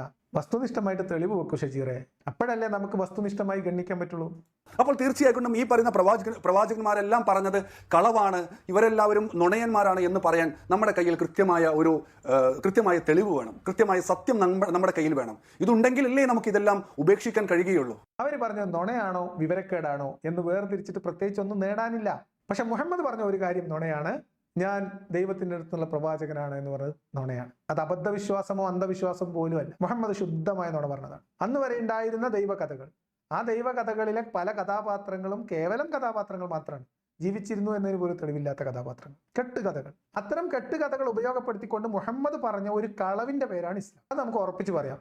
അത് മുഹമ്മദ് ഇസ്ലാം സ്ഥാപിക്കാൻ വേണ്ടി തെളിവ് വെച്ചാൽ ദ വെരി നെക്സ്റ്റ് സെക്കൻഡ് നമ്മളത് തുറന്നു കാണിക്കും, പൊളിച്ചു തരും.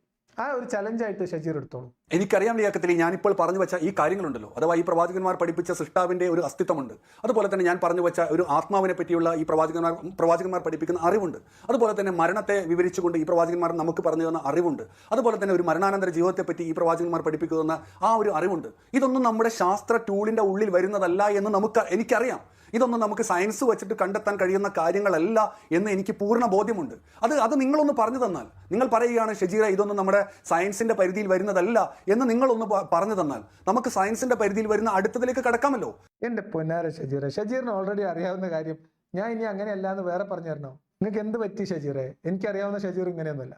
ഇതൊക്കെ ശാസ്ത്രീയമായ കണ്ടെത്തലുകൾക്കും വിശകലനങ്ങൾക്കും പുറത്താണ്, പ്രപഞ്ചാതീതമാണ് എന്ന് ഞാൻ പറഞ്ഞാൽ അവിടം വെച്ച് രക്ഷപ്പെട്ട് ഓടിപ്പോകാൻ വേണ്ടിയിട്ടുള്ള ഒരു ഹോൾ ഇടലാണോ അത്? നിങ്ങൾ ഇട്ടിട്ട് പ്രപഞ്ചത്തിന് പുറത്തു പോയി നിൽക്ക്, കുഴപ്പമില്ല. ഇവർ പ്രവാചകന്മാർ ദൈവികമം എന്ന് പറഞ്ഞ് പഠിപ്പിച്ച് തന്നു എന്ന് പറയുന്ന നിങ്ങൾ ഈ പറഞ്ഞ കഥകളുണ്ടല്ലോ, ആ കഥകൾ അബദ്ധമോ വിവരക്കേടോ അറിവില്ലായ്മയോ കെട്ടുകഥകളോ അന്ധവിശ്വാസമോ ആണ് എന്ന് സാമാന്യമായി 7ാം ക്ലാസ്സോ 8ാം ക്ലാസ്സോ ഭൗതിക വിദ്യാഭ്യാസം കൊടുത്താൽ ഏത് കുട്ടിക്കും മനസ്സിലാവും. ഒറ്റ കണ്ടീഷനേ ഉള്ളൂ, കുട്ടികളുടെ തലച്ചോറ് ആ ഒരു ആയി വരുന്നതിന് മുമ്പ് കൊണ്ടുപോയിട്ട് ഈ മതം, ഈ കഥകൾ കുത്തി അതിനകത്ത് കലക്കിയിടാതിരുന്നാൽ, സ്വതന്ത്രമായിട്ടൊരു കുട്ടിയെ വളർത്തി ശാസ്ത്രീയമായിട്ടുള്ള വിവരം വിദ്യാഭ്യാസം കൊടുത്ത് കുട്ടിയെ ഒരു ഹൈസ്കൂൾ തലത്തിൽ പഠിപ്പിച്ചു കഴിഞ്ഞാൽ, ഇപ്പോൾ ഷജീർ പറഞ്ഞ ദൈവത്തിന്റെ അസ്തിത്വത്തിന് പ്രവാചകന്മാർ പണ്ട് മുതലേ പറഞ്ഞ തെളിവുകൾ എന്ന് പറഞ്ഞ സാധനം ഉണ്ടല്ലോ, അത് മുഴുവൻ കഥകളാണെന്നും അബദ്ധമാണെന്നും പണ്ട് കാലത്ത് അറിവില്ലാത്ത ആളുകൾ സങ്കല്പിച്ചുണ്ടാക്കിയതാണെന്നും മനസ്സിലാവും. ഇനി ഇത്തരം അവകാശവാദങ്ങൾ, ഈ ദൈവത്തിന്റെ അസ്തിത്വം നമുക്ക് വിശകലന വിധേയമാക്കാൻ കഴിയാത്തതാണ് എന്ന് നിങ്ങൾക്ക് വാദമുണ്ടെങ്കിൽ, മനുഷ്യന്റെ യുക്തിക്ക് നിരക്കാത്തതാണ്, ശാസ്ത്രീയമായ വിശകലനത്തിന് സാധ്യതയില്ലാത്തതാണ് എന്നാണ് നിങ്ങളുടെ വാദമെങ്കിൽ, പിന്നെ അതിന് യുക്തിഭദ്രമായിട്ട് അതിനെങ്ങനെ നിഷേധിക്കും? ശാസ്ത്രീയമായിട്ട് അതിനെ നിഷേധിക്കാൻ നിങ്ങൾക്ക് എന്ത് തെളിവാണ് ഉള്ളത് എന്ന് ചോദിക്കുന്നതിനേക്കാളും വലിയ മണ്ടത്തരം ഈ നൂറ്റാണ്ടിൽ വേറെ എന്താ ഷജീറെ? ഞാൻ പറയണം എന്ത്? ദൈവം, ആത്മാവ്, റൂഹ്, മരണാനന്തര ജീവിതം എന്നൊക്കെ പറഞ്ഞാൽ ഇതൊന്നും നമുക്ക് ശാസ്ത്രീയമായിട്ട് വിശകലനം ചെയ്യാൻ പറ്റാത്ത പ്രപഞ്ചാതീതമായ എന്തോ ഒരു സാധനമാണ് എന്ന് ഞാൻ പറയണം എന്നാണ് നിങ്ങൾ പറയുന്നത്. അതാണ് എന്ന് ഷജീറിന് അറിയാമെന്നാണ് ഷജീർ പറയുന്നത്. അങ്ങനെയാണ് ഷജീറിന്റെ ബോധ്യമെങ്കിൽ ആ സാധനങ്ങൾക്ക് വസ്തുനിഷ്ഠമായ വിശകലനത്തിനും പരിശോധനക്കും സാധ്യതയില്ലാത്ത ഒരു സാധനത്തിന് നമ്മൾ ശാസ്ത്രീയമായും വസ്തുനിഷ്ഠമായും യുക്തിഭദ്രമായും നെഗേറ്റ് ചെയ്യണം എന്ന് അങ്ങനെ ഒരു ആവശ്യം ഉന്നയിക്കണമെങ്കിൽ നിങ്ങൾ എവിടെ എത്തിയിട്ടുണ്ടാവും? എന്തെങ്കിലും അവസ്ഥ? ഇപ്പോൾ ഈ പറയുന്ന മുഹമ്മദ് നബിയുടെ റിസാലത്ത് അത് നമുക്ക് അന്വേഷിച്ച് കണ്ടെത്താൻ പറ്റുന്ന, അതൊരു പദാർത്ഥാതീതമായ ഒരു കാര്യമൊന്നുമല്ലല്ലോ. അത് നമുക്ക് കണ്ടെത്താൻ കഴിയുന്ന ഒരു മേഖലയാണ്. അപ്പോൾ നമുക്ക് നിങ്ങൾ ഈ ഒരു കാര്യം ഇത്തരത്തിലൊന്ന് പറഞ്ഞു തന്നാൽ നമുക്ക് അടുത്തതിലേക്ക് കടക്കാം. എന്തൊരു കഥ! ഞാൻ പറഞ്ഞാലേ ഷജീർ അതിന്റെ അപ്പുറത്തേക്കാണ് കിടക്കുള്ളൂ. എനിക്ക് എന്തായാലും അങ്ങനെ ഭാരിച്ച ഗുരുത്വം ഒന്നും വേണ്ട. മീൻസ് ഭയങ്കര ഒരു ഗുരുവായിട്ട് ഷജീറിന് എങ്ങനെ ഡയറക്ഷനൊക്കെ തരാൻ പറ്റുന്ന അത്തരം കഴിവുള്ള ആളൊന്നല്ല ഞാൻ. ഷജീറിനെ ഒരു കാര്യം ഞാനാണ് പറഞ്ഞാലും ഷജീർ അപ്പുറത്ത് കിടക്കുള്ളൂ. അങ്ങനെയൊന്നും വേണ്ട. ഷജീറിന്റെ വഴിക്ക് പോകും. ഇത് പ്രപഞ്ചാതീതമായ ഒരു സാധനമൊന്നും അല്ലല്ലോ മുഹമ്മദ് നബിയുടെ റിസാലത്ത് എന്നാണ്. അതെന്താ? ജിബ്രീലിന്റെ DNA സാമ്പിളൊക്കെ നിങ്ങളെ കയ്യിലുണ്ടാവും? അതോ ജിബ്രീലിന്റെ ഫോട്ടോ ഉണ്ടോ? അന്ന് ജിബ്രീൽ ഹിറാ ഗുഹയിലേക്ക് വന്നപ്പോൾ അവിടെ ഹിറാ ഗുഹയുടെ ഫ്രണ്ടിൽ വെച്ചിരുന്ന CCTV ക്യാമറയിൽ പതിഞ്ഞ ജിബ്രീലിന്റെ ചിത്രം ഉണ്ടോ? പ്രപഞ്ചാതീതമായ സങ്കല്പമൊന്നും അല്ലല്ലോ പ്രവാചകന്റെ റിസാലത്ത്. പിന്നെ എന്താണ്? മുഹമ്മദ് പറഞ്ഞൊരു വിടൽ എന്നതിൽ കവിഞ്ഞ് എന്താണ് ഷജീറെ? ഇനി നുണ നമുക്ക് വസ്തുനിഷ്ഠമായിട്ട് പരിശോധിക്കാൻ പറ്റില്ല എന്നാ? പറ്റും. മുഹമ്മദിന്റെ റിസാലത്ത് പ്രപഞ്ചാതീതമായ പദാർത്ഥാതീതമായ ഒരു സംഭവമല്ല എന്നും അത് വസ്തുനിഷ്ഠമായും തെളിവിന്റെ അടിസ്ഥാനത്തിലും പരിശോധിക്കാനും സ്ഥാപിക്കാനും നിങ്ങൾ തയ്യാറാണ് എന്നാണ് ഇപ്പൊ പറഞ്ഞതെങ്കിൽ അത് കുറച്ച് താല്പര്യമുള്ള വിഷയമാണ്. നിങ്ങൾ വരും. അങ്ങനെ നിങ്ങൾ സ്ഥാപിച്ചാൽ മുഹമ്മദിന്റെ പ്രവാചകത്വം എന്ന് പറയുന്ന ആ നിക്കറുണ്ടല്ലോ, അത് ഞാൻ 8 ഗിറാക്കി കൈതരാം. എത്രയൊക്കെ എനിക്ക് പറ്റുള്ളൂ. ഷജീർ നിങ്ങൾ വരി.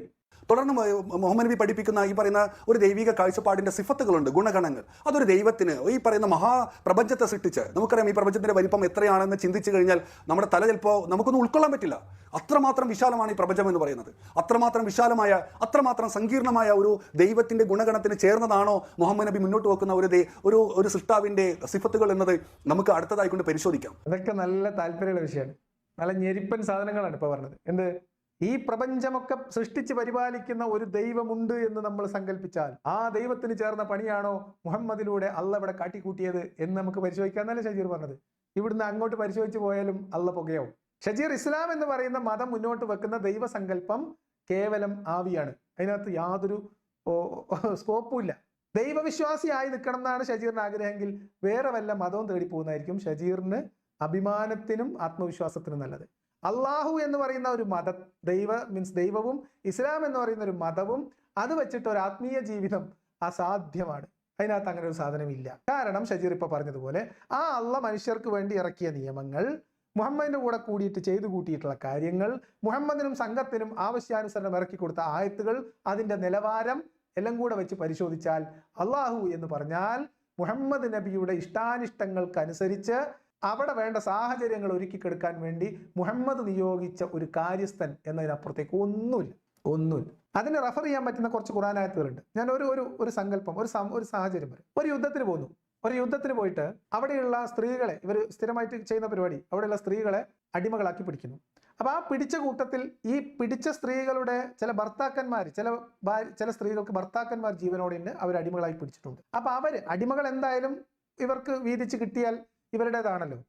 അപ്പൊ ഈ സ്ത്രീകളുടെ ഭർത്താക്കന്മാർ ജീവിച്ചിരിക്കുന്നു. അപ്പൊ ഭർത്താക്കന്മാർ ജീവിച്ചിരിക്കുക അത്തരം സ്ത്രീകൾ അടിമ സ്ത്രീകളാണെങ്കിലും അവരുമായി ശാരീരിക ബന്ധത്തിൽ ഏർപ്പെടാൻ മുഹമ്മദിന്റെ കൂടെ ഉണ്ടായിരുന്ന ചില ആളുകൾക്ക് ഒരു വിമ്മിഷ്ടം, ഒരു അസ്വസ്ഥത.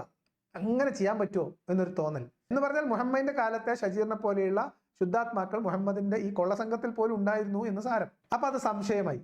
അപ്പൊ തന്നെ ആയത്തിറക്കി കൊടുത്തു. മറ്റുള്ളവരുടെ വിവാഹ ബന്ധത്തിലിരിക്കുന്ന സ്ത്രീകൾ നിങ്ങൾക്ക് നിഷിദ്ധമാണ്, നിങ്ങളുടെ വലങ്കൈ ഉടമപ്പെടുത്തിയവർ ഒഴികെ. എന്ന് പറഞ്ഞാൽ വീതം വെച്ചെടുത്ത യുദ്ധ തടവുകാരികളാണെങ്കിൽ ഭർത്താവ് ഉണ്ടോ ഇല്ലയെന്നൊന്നും നോക്കേണ്ട കാര്യമില്ല എന്നർത്ഥം. ഈ പ്രപഞ്ചമൊക്കെ സൃഷ്ടിച്ച് പരിപാലിക്കുന്ന ഒരു പടച്ചോൻ പറയാൻ പറ്റുന്ന വാക്കാണോ അത് ഷജീറെ? ആലോചിച്ച് നോക്കിയാണ്, നല്ലോണം ഒന്ന് ആലോചിച്ച് നോക്കിയാണ്, ഒന്ന് ഇരുത്തി ചിന്തിച്ചു നോക്കിയാൽ. പ്രപഞ്ചത്തിന്റെ സൃഷ്ടാവായ ദൈവം നിരാലംബരായി നിൽക്കുന്ന തൻ്റെ സൃഷ്ടികളായിട്ടുള്ള ഒരു കൂട്ടം സ്ത്രീകൾ അവരുടെ ഭർത്താക്കന്മാർ ജീവനോടിരിക്കുമ്പോൾ ആ ഒന്നും നിങ്ങൾ കാര്യമാക്കണ്ട, അത് നിങ്ങൾക്ക് അനുവദനീയമാണ് എന്ന് പറഞ്ഞിട്ട് ആയത്തിറക്കും. ഇനിയും തെളിവ് വേണേ തരാം, ഇഷ്ടംപോലെ തെളിവുണ്ട്. ഖുർആൻ നിറച്ചും അള്ളാഹുവും ദൈവവും തമ്മിൽ ഒരു ബന്ധമില്ല എന്നുള്ളതിന്റെ തെളിവുകളാണ് മുഴുവൻ വചനങ്ങൾ. ആദ്യം തന്നെ നമുക്ക് ഉത്തരം ലഭിക്കേണ്ടത് ഈ ഒരു കാര്യങ്ങളുണ്ടല്ലോ, ഇതെല്ലാം സയൻസിന്റെ പരിധിയിൽ വരുന്നതല്ല ഷജീറെ എന്ന ഒരു മറുപടിയാണ് ഞാൻ നിങ്ങളിൽ നിന്നും ആഗ്രഹിക്കുന്നത്. നമുക്ക് അങ്ങനെയാണെങ്കിൽ അടുത്തതിലേക്ക് പ്രവേശിക്കാമല്ലോ. ഇനി എന്റെ മറുപടി കിട്ടായിട്ട് വേണ്ട, ഇതൊന്നും വസ്തുനിഷ്ഠമായി തെളിയിച്ചിട്ടില്ലാത്തതാണ്. ഓക്കെ എന്ന് പറഞ്ഞാൽ ഇത് അതിന് പുറത്ത് സാധ്യതയുള്ളതാണെന്നുള്ള വാദമൊന്നും എനിക്കില്ല. വസ്തുനിഷ്ഠമായ തെളിവ് എന്റെ പരിശോധനയിൽ എനിക്ക് ഇതുവരെ ബോധ്യപ്പെട്ടിട്ടില്ല. അപ്പൊ ഇനി നമുക്ക് അടുത്തേക്ക് കിടക്കാലോ അല്ലേ, എന്ത് റിസാലത്തും അള്ളാന്റെ ഗുണവും. വീഡിയോ അവസാനിപ്പിച്ചുകൊണ്ട് പറയാനുള്ളത്, ദയവ് ചെയ്ത് നിങ്ങൾ ഒളിച്ചോടരുത്. നിങ്ങൾ ഒളിച്ചോടി എവിടം വരെ നിങ്ങൾക്ക് ഒളിച്ചോടാൻ സാധിക്കും? എത്ര കൊല്ലം നിങ്ങൾക്ക് ഇങ്ങനെ ഒളിച്ചോടിക്കൊണ്ട് നിങ്ങളുടെ വീടിന്റെ അകത്തിരുന്നുകൊണ്ട് യൂട്യൂബിലൂടെ ഇങ്ങനെ ഇസ്ലാമിനെ തെറി പറഞ്ഞ് നിങ്ങൾക്ക് വരുമാനം ഉണ്ടാക്കാൻ സാധിക്കും? തീർച്ചയായും നിങ്ങൾ രംഗത്ത് വരൂ. നമുക്ക് മാന്യമായിക്കൊണ്ടല്ലേ നമ്മൾ സംസാരിക്കുന്നത്, മാന്യമായിക്കൊണ്ടല്ലേ ഞാൻ ചോദ്യങ്ങൾ ചോദിക്കുന്നത്. തീർച്ചയായിട്ടും മാന്യമായ രീതിയിൽ തന്നെ ആ ചോദ്യത്തിനോട് പ്രതികരിക്കുക. തീർച്ചയായിട്ടും ചോദ്യത്തിനോടും ഷജീറിന്റെ വികാരങ്ങളോടും ഷജീറിന്റെ ചിന്തകളോടും ആഗ്രഹങ്ങളോടും നിരാശയോടും വിഷമത്തോടും കുണ്ഠിതത്തോടും ഒക്കെ സല്ലപിച്ചുകൊണ്ടിരിക്കുകയാണ്. ഷജീർ എന്നെ സല്ലാപത്തിനാണ് വിളിക്കുന്നത്, ഞാൻ അതിനും തയ്യാറാണ്. നമുക്ക് സൗഹൃദ സല്ലാപങ്ങൾ, സൗഹൃദ സംഭാഷണങ്ങൾ എനിക്ക് ഇഷ്ടമുള്ള വിഷയമാണ്. ഷജീർ വന്ന തൃപ്തിയായി. പിന്നെ നമ്മളൊക്കെ എവിടെ ഒളിച്ചോടാനാ? ഇനി ഇതൊക്കെ പറഞ്ഞിട്ട് ഷജീർ ഒരു പോക്കാണ് പൊയ്ക്കളയരുത്. ഞാൻ ഈ പറഞ്ഞ കാര്യങ്ങൾക്കൊക്കെ മറുപടി വരണം.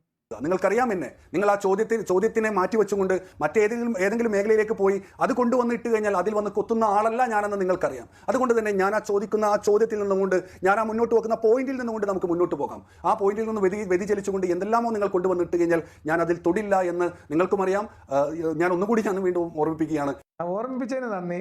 അത് നിങ്ങൾക്ക് ഓർമ്മ ഉണ്ടാവണം, നമ്മൾ തമ്മിൽ നടത്തിയിട്ടുള്ള ഫോൺ സംഭാഷണം, അതേപോലെ തന്നെ നമ്മൾ തമ്മിലുള്ള വോയിസ് ചാറ്റ് എൻ്റെ കയ്യിൽ ഭദ്രമായിട്ടുണ്ട്. അതുകൊണ്ട് നിങ്ങൾ ഉദ്ദേശിച്ചതല്ലാത്തതൊന്നും നിങ്ങൾ പറയൂല എന്ന് എനിക്ക് നന്നായിട്ട് എനിക്കറിയാം. അപ്പൊ അതുകൊണ്ട് എൻ്റെ ഫോൺ എൻ്റെ കയ്യിലുണ്ട്, ഞാനത് അപ്പുറത്ത് വെച്ചിരിക്കുകയാണ്. വേണമെങ്കിൽ നമ്മൾ വേണമെങ്കിൽ വീഡിയോ മീൻസ് ഓഡിയോ ഒക്കെ കേൾപ്പിച്ചു തരാം. ഷജീർ നിർബന്ധിക്കുകയാണെങ്കിൽ മാത്രമല്ല. ഇല്ല, നിങ്ങൾ ഇതുപോലെ ചോദിക്കോളൂ. അള്ളാഹിനെ കുറിച്ച് പറയാൻ പാടില്ല, മുഹമ്മദ് നബിനെ കുറിച്ച് പറയാൻ പാടില്ല, യുദ്ധത്തെക്കുറിച്ച് പറയാൻ പാടില്ല, അടിമത്തത്തെക്കുറിച്ച് പറയാൻ പാടില്ല, സ്ത്രീവിരുദ്ധ നിയമങ്ങളെക്കുറിച്ച് പറയാൻ പാടില്ല. പിന്നെയോ ദൈവമുണ്ടല്ലേ, ദൈവത്തിന്റെ അസ്തിത്വം എങ്ങനെ നിരോധിക്കും, എങ്ങനെ നിഷേധിക്കും? ശാസ്ത്രീയമായ തെളിവുണ്ടോ? ദൈവികതയ്ക്ക് ശാസ്ത്രീയമായ തെളിവുണ്ടോ? ഇത് മാത്രമേ ഷജീർ പരിഗണക്കെടുക്കുള്ളൂ. എന്നിട്ടോ ഉത്തരം മുട്ടും എന്ന് കണ്ടാൽ ഷജീർ മഅസ്സലാമ എന്നിട്ട് പോവും. വേറെ പ്രശ്നമൊന്നുമില്ല. ഷജീർ ആള് ഡീസൻ്റാണ്. അതുകൊണ്ട് തന്നെ നമുക്കിത് മാന്യമായിക്കൊണ്ട് തന്നെ ചർച്ച ചെയ്ത് നമുക്കിത് പഠിച്ചു പോകാം. ഒരുപാട് ആളുകളുണ്ട് ഇത് പഠിക്കാൻ ആഗ്രഹിക്കുന്നത്, അറിയാൻ ആഗ്രഹിക്കുന്നത്. കാരണം ഇത് ഞാൻ സംസാരിക്കുന്നത് ഒരു മതത്തെ പറ്റിയല്ല എന്ന് ഞാൻ വിചാരിക്കുന്നുണ്ട്. ഞാനൊരു മതത്തെ പറ്റി സംസാരിക്കാൻ ആഗ്രഹിക്കുന്ന വ്യക്തിയല്ല. ഞാൻ സംസാരിക്കുന്നത് ജീവിതത്തെ പറ്റിയാണ്, മനുഷ്യനെ പറ്റിയാണ് സംസാരിക്കുന്നത്. മനുഷ്യന്റെ പാസ്റ്റിനെ പറ്റി, പ്രസന്റിനെ പറ്റി, ഫ്യൂച്ചറിനെ പറ്റിയാണ് സംസാരിക്കുന്നത്. അല്ലാതെ ഞാൻ ഇവിടെ നമ്മൾ ഇന്ന് കാണുന്ന ഒരു മതസങ്കല്പമുണ്ടല്ലോ, ആ ഒരു മതസങ്കല്പത്തെ പറ്റിയല്ല ഞാൻ സംസാരിക്കുന്നത് എന്ന് ഞാൻ വിചാരിക്കുകയാണ്. അതായത് മറുപടി പറഞ്ഞു തുടങ്ങി മറുപടി അവസാനിപ്പിച്ചപ്പോഴത്തേക്കും മതത്തിന്റെ ആളായി നിന്നാൽ സംഗതി കയ്യിൽ നിന്ന് പോകുന്ന ഷജീറിന് അപ്പോഴേ മനസ്സിലായിട്ടുണ്ടെന്ന് അർത്ഥം. ഇത്ര നേരം പറഞ്ഞിട്ട് ഷജീർ ഇസ്ലാമിന്റെ ആളാണ് എന്ന് ഞങ്ങൾക്കാർക്കും തോന്നിയിട്ടില്ല കേട്ടോ. നിങ്ങൾക്ക് ആർക്കെങ്കിലും തോന്നിയോ ഷജീർ ഏതോ ഒരു മതത്തിന് വേണ്ടി, ഏതോ ഒരു ദൈവത്തിന് വേണ്ടി, ഏതോ ഒരു പ്രത്യേക മതവിശ്വാസത്തിന് വേണ്ടി സംസാരിച്ച ആളാണെന്ന് നിങ്ങൾക്ക് ആർക്കെങ്കിലും തോന്നിയാലുണ്ടെങ്കിൽ കമന്റ് ബോക്സിൽ എഴുത്. എനിക്ക് തോന്നിയിട്ടില്ല. എനിക്ക് ഷജീർ കേവലമായ മനുഷ്യന്റെ പച്ചയായ ജീവിത യാഥാർത്ഥ്യങ്ങൾ അതിനെക്കുറിച്ച് മാത്രം സംസാരിച്ച ആളായിട്ടാണ് അദ്ദേഹത്തെ തോന്നിയത്. അദ്ദേഹം മതത്തിന്റെ ആളായിട്ട് എനിക്ക് ഒരിക്കൽ പോലും തോന്നിയിട്ടില്ല. ഇതല്ല ഷജീറെ പറഞ്ഞത്. നിങ്ങളൊരു നിഷ്കളങ്കനായ മനുഷ്യനാണ്, നിങ്ങളൊരു സാധുവാണ്, നിങ്ങളോട് എനിക്ക് സഹാനുഭൂതിയുണ്ട്. നിങ്ങളിൽ ഞാൻ ഒരു പഴയ എന്നെ കാണുന്നു. സത്യമായിട്ട് പറയാ, നിങ്ങളുടെ ഈ അന്വേഷണം നിങ്ങൾ ഇവിടെ ഇപ്പൊ വെച്ച് അവസാനിപ്പിക്കാനാണ് നിങ്ങൾക്ക് നല്ലത്. അല്ലെങ്കിൽ നിങ്ങൾക്ക് എൻ്റെ ഗതി വരും. കാരണം ഇതേ അവസ്ഥയിലൂടെയാണ് ഞാൻ കടന്നുപോയത് ഷജീറെ. എൻ്റെ 20, 21, 22, 23 വയസ്സിൽ ഞാൻ കടന്നുപോയ മാനസികാവസ്ഥയിൽ, വാദഗതികളിൽ, ആവേശത്തിൽ ആണ് ഇപ്പൊ ഷജീർ ഉള്ളത്. നിന്റെ പോക്ക് അപകടത്തിലേക്കാണ് എന്നാണ് ഏതൊരു സിനിമയിലില്ലേ, ഈ ഹരിഹർ നഗറിന്റെ 3ാം ഭാഗം 4ാം ഭാഗം എന്തിറങ്ങിയപ്പോൾ അതിനകത്തുണ്ടായില്ലേ, ഈ പോക്ക് അപകടത്തിലേക്കാണ്.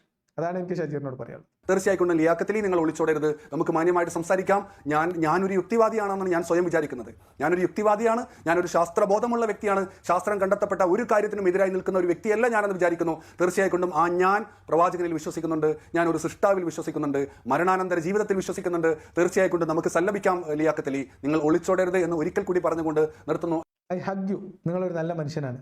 നിങ്ങൾക്ക് നന്മയുണ്ടാവട്ടെ, നിങ്ങൾക്ക് എപ്പോഴും സന്തോഷം സമാധാനം ഉണ്ടാവട്ടെ. നിങ്ങളിപ്പോൾ അനുഭവിച്ചുകൊണ്ടിരിക്കുന്ന മാനസിക സംഘർഷങ്ങൾ എത്രയും പെട്ടെന്ന് അയവ് വരട്ടെ. ഇത്രയൊക്കെയാണ് എനിക്ക് പറയാനുള്ളത്. എന്തായാലും എന്നെ ഒരു സുഹൃത്തിനെ പോലെ പരിഗണിക്കുന്നതിൽ, സംസാരിക്കുന്നതിൽ, സല്ലാപത്തിന് വിളിക്കുന്നതിലൊക്കെയുള്ള എൻ്റെ നന്ദി നിങ്ങളോട് പ്രത്യേകമായിട്ട് അറിയിക്കുന്നു, സ്നേഹം അറിയിക്കുന്നു. ഞാൻ ഉറച്ചു നിൽക്കുന്നു. ഷജീർ ഒരു നല്ല മനുഷ്യനാണ്, ഷജീർ ഒരു നല്ല മനസ്സിൻ്റെ ഉടമയാണ്. പക്ഷെ ഷജീർ പറയുന്ന വാദഗതികൾക്ക് അതിൻ്റെ തെളിവായിട്ട് നിങ്ങൾ കയ്യിലിരിക്കുന്ന ഖുർആാനിനെയും മുഹമ്മദിനെയും ആശ്രയിക്കുന്ന കാലത്തോളം നിങ്ങൾ ഉന്നയിക്കുന്ന വാദങ്ങൾക്ക് നിലനിൽക്കാൻ കഴിയില്ല. നിങ്ങളുടെ ചിന്തകൾ, നിങ്ങളുടെ ആഗ്രഹങ്ങൾ, നിങ്ങളുടെ ദുഃഖവും സ്വപ്നവും ഇടകലർന്ന വികാരങ്ങൾ മാത്രമായിട്ട് നമ്മൾ തമ്മിലുള്ള സല്ലാപങ്ങളും സംഭാഷണങ്ങളും ഒരുപക്ഷെ ഇനിയും തുടർന്നേക്കാം.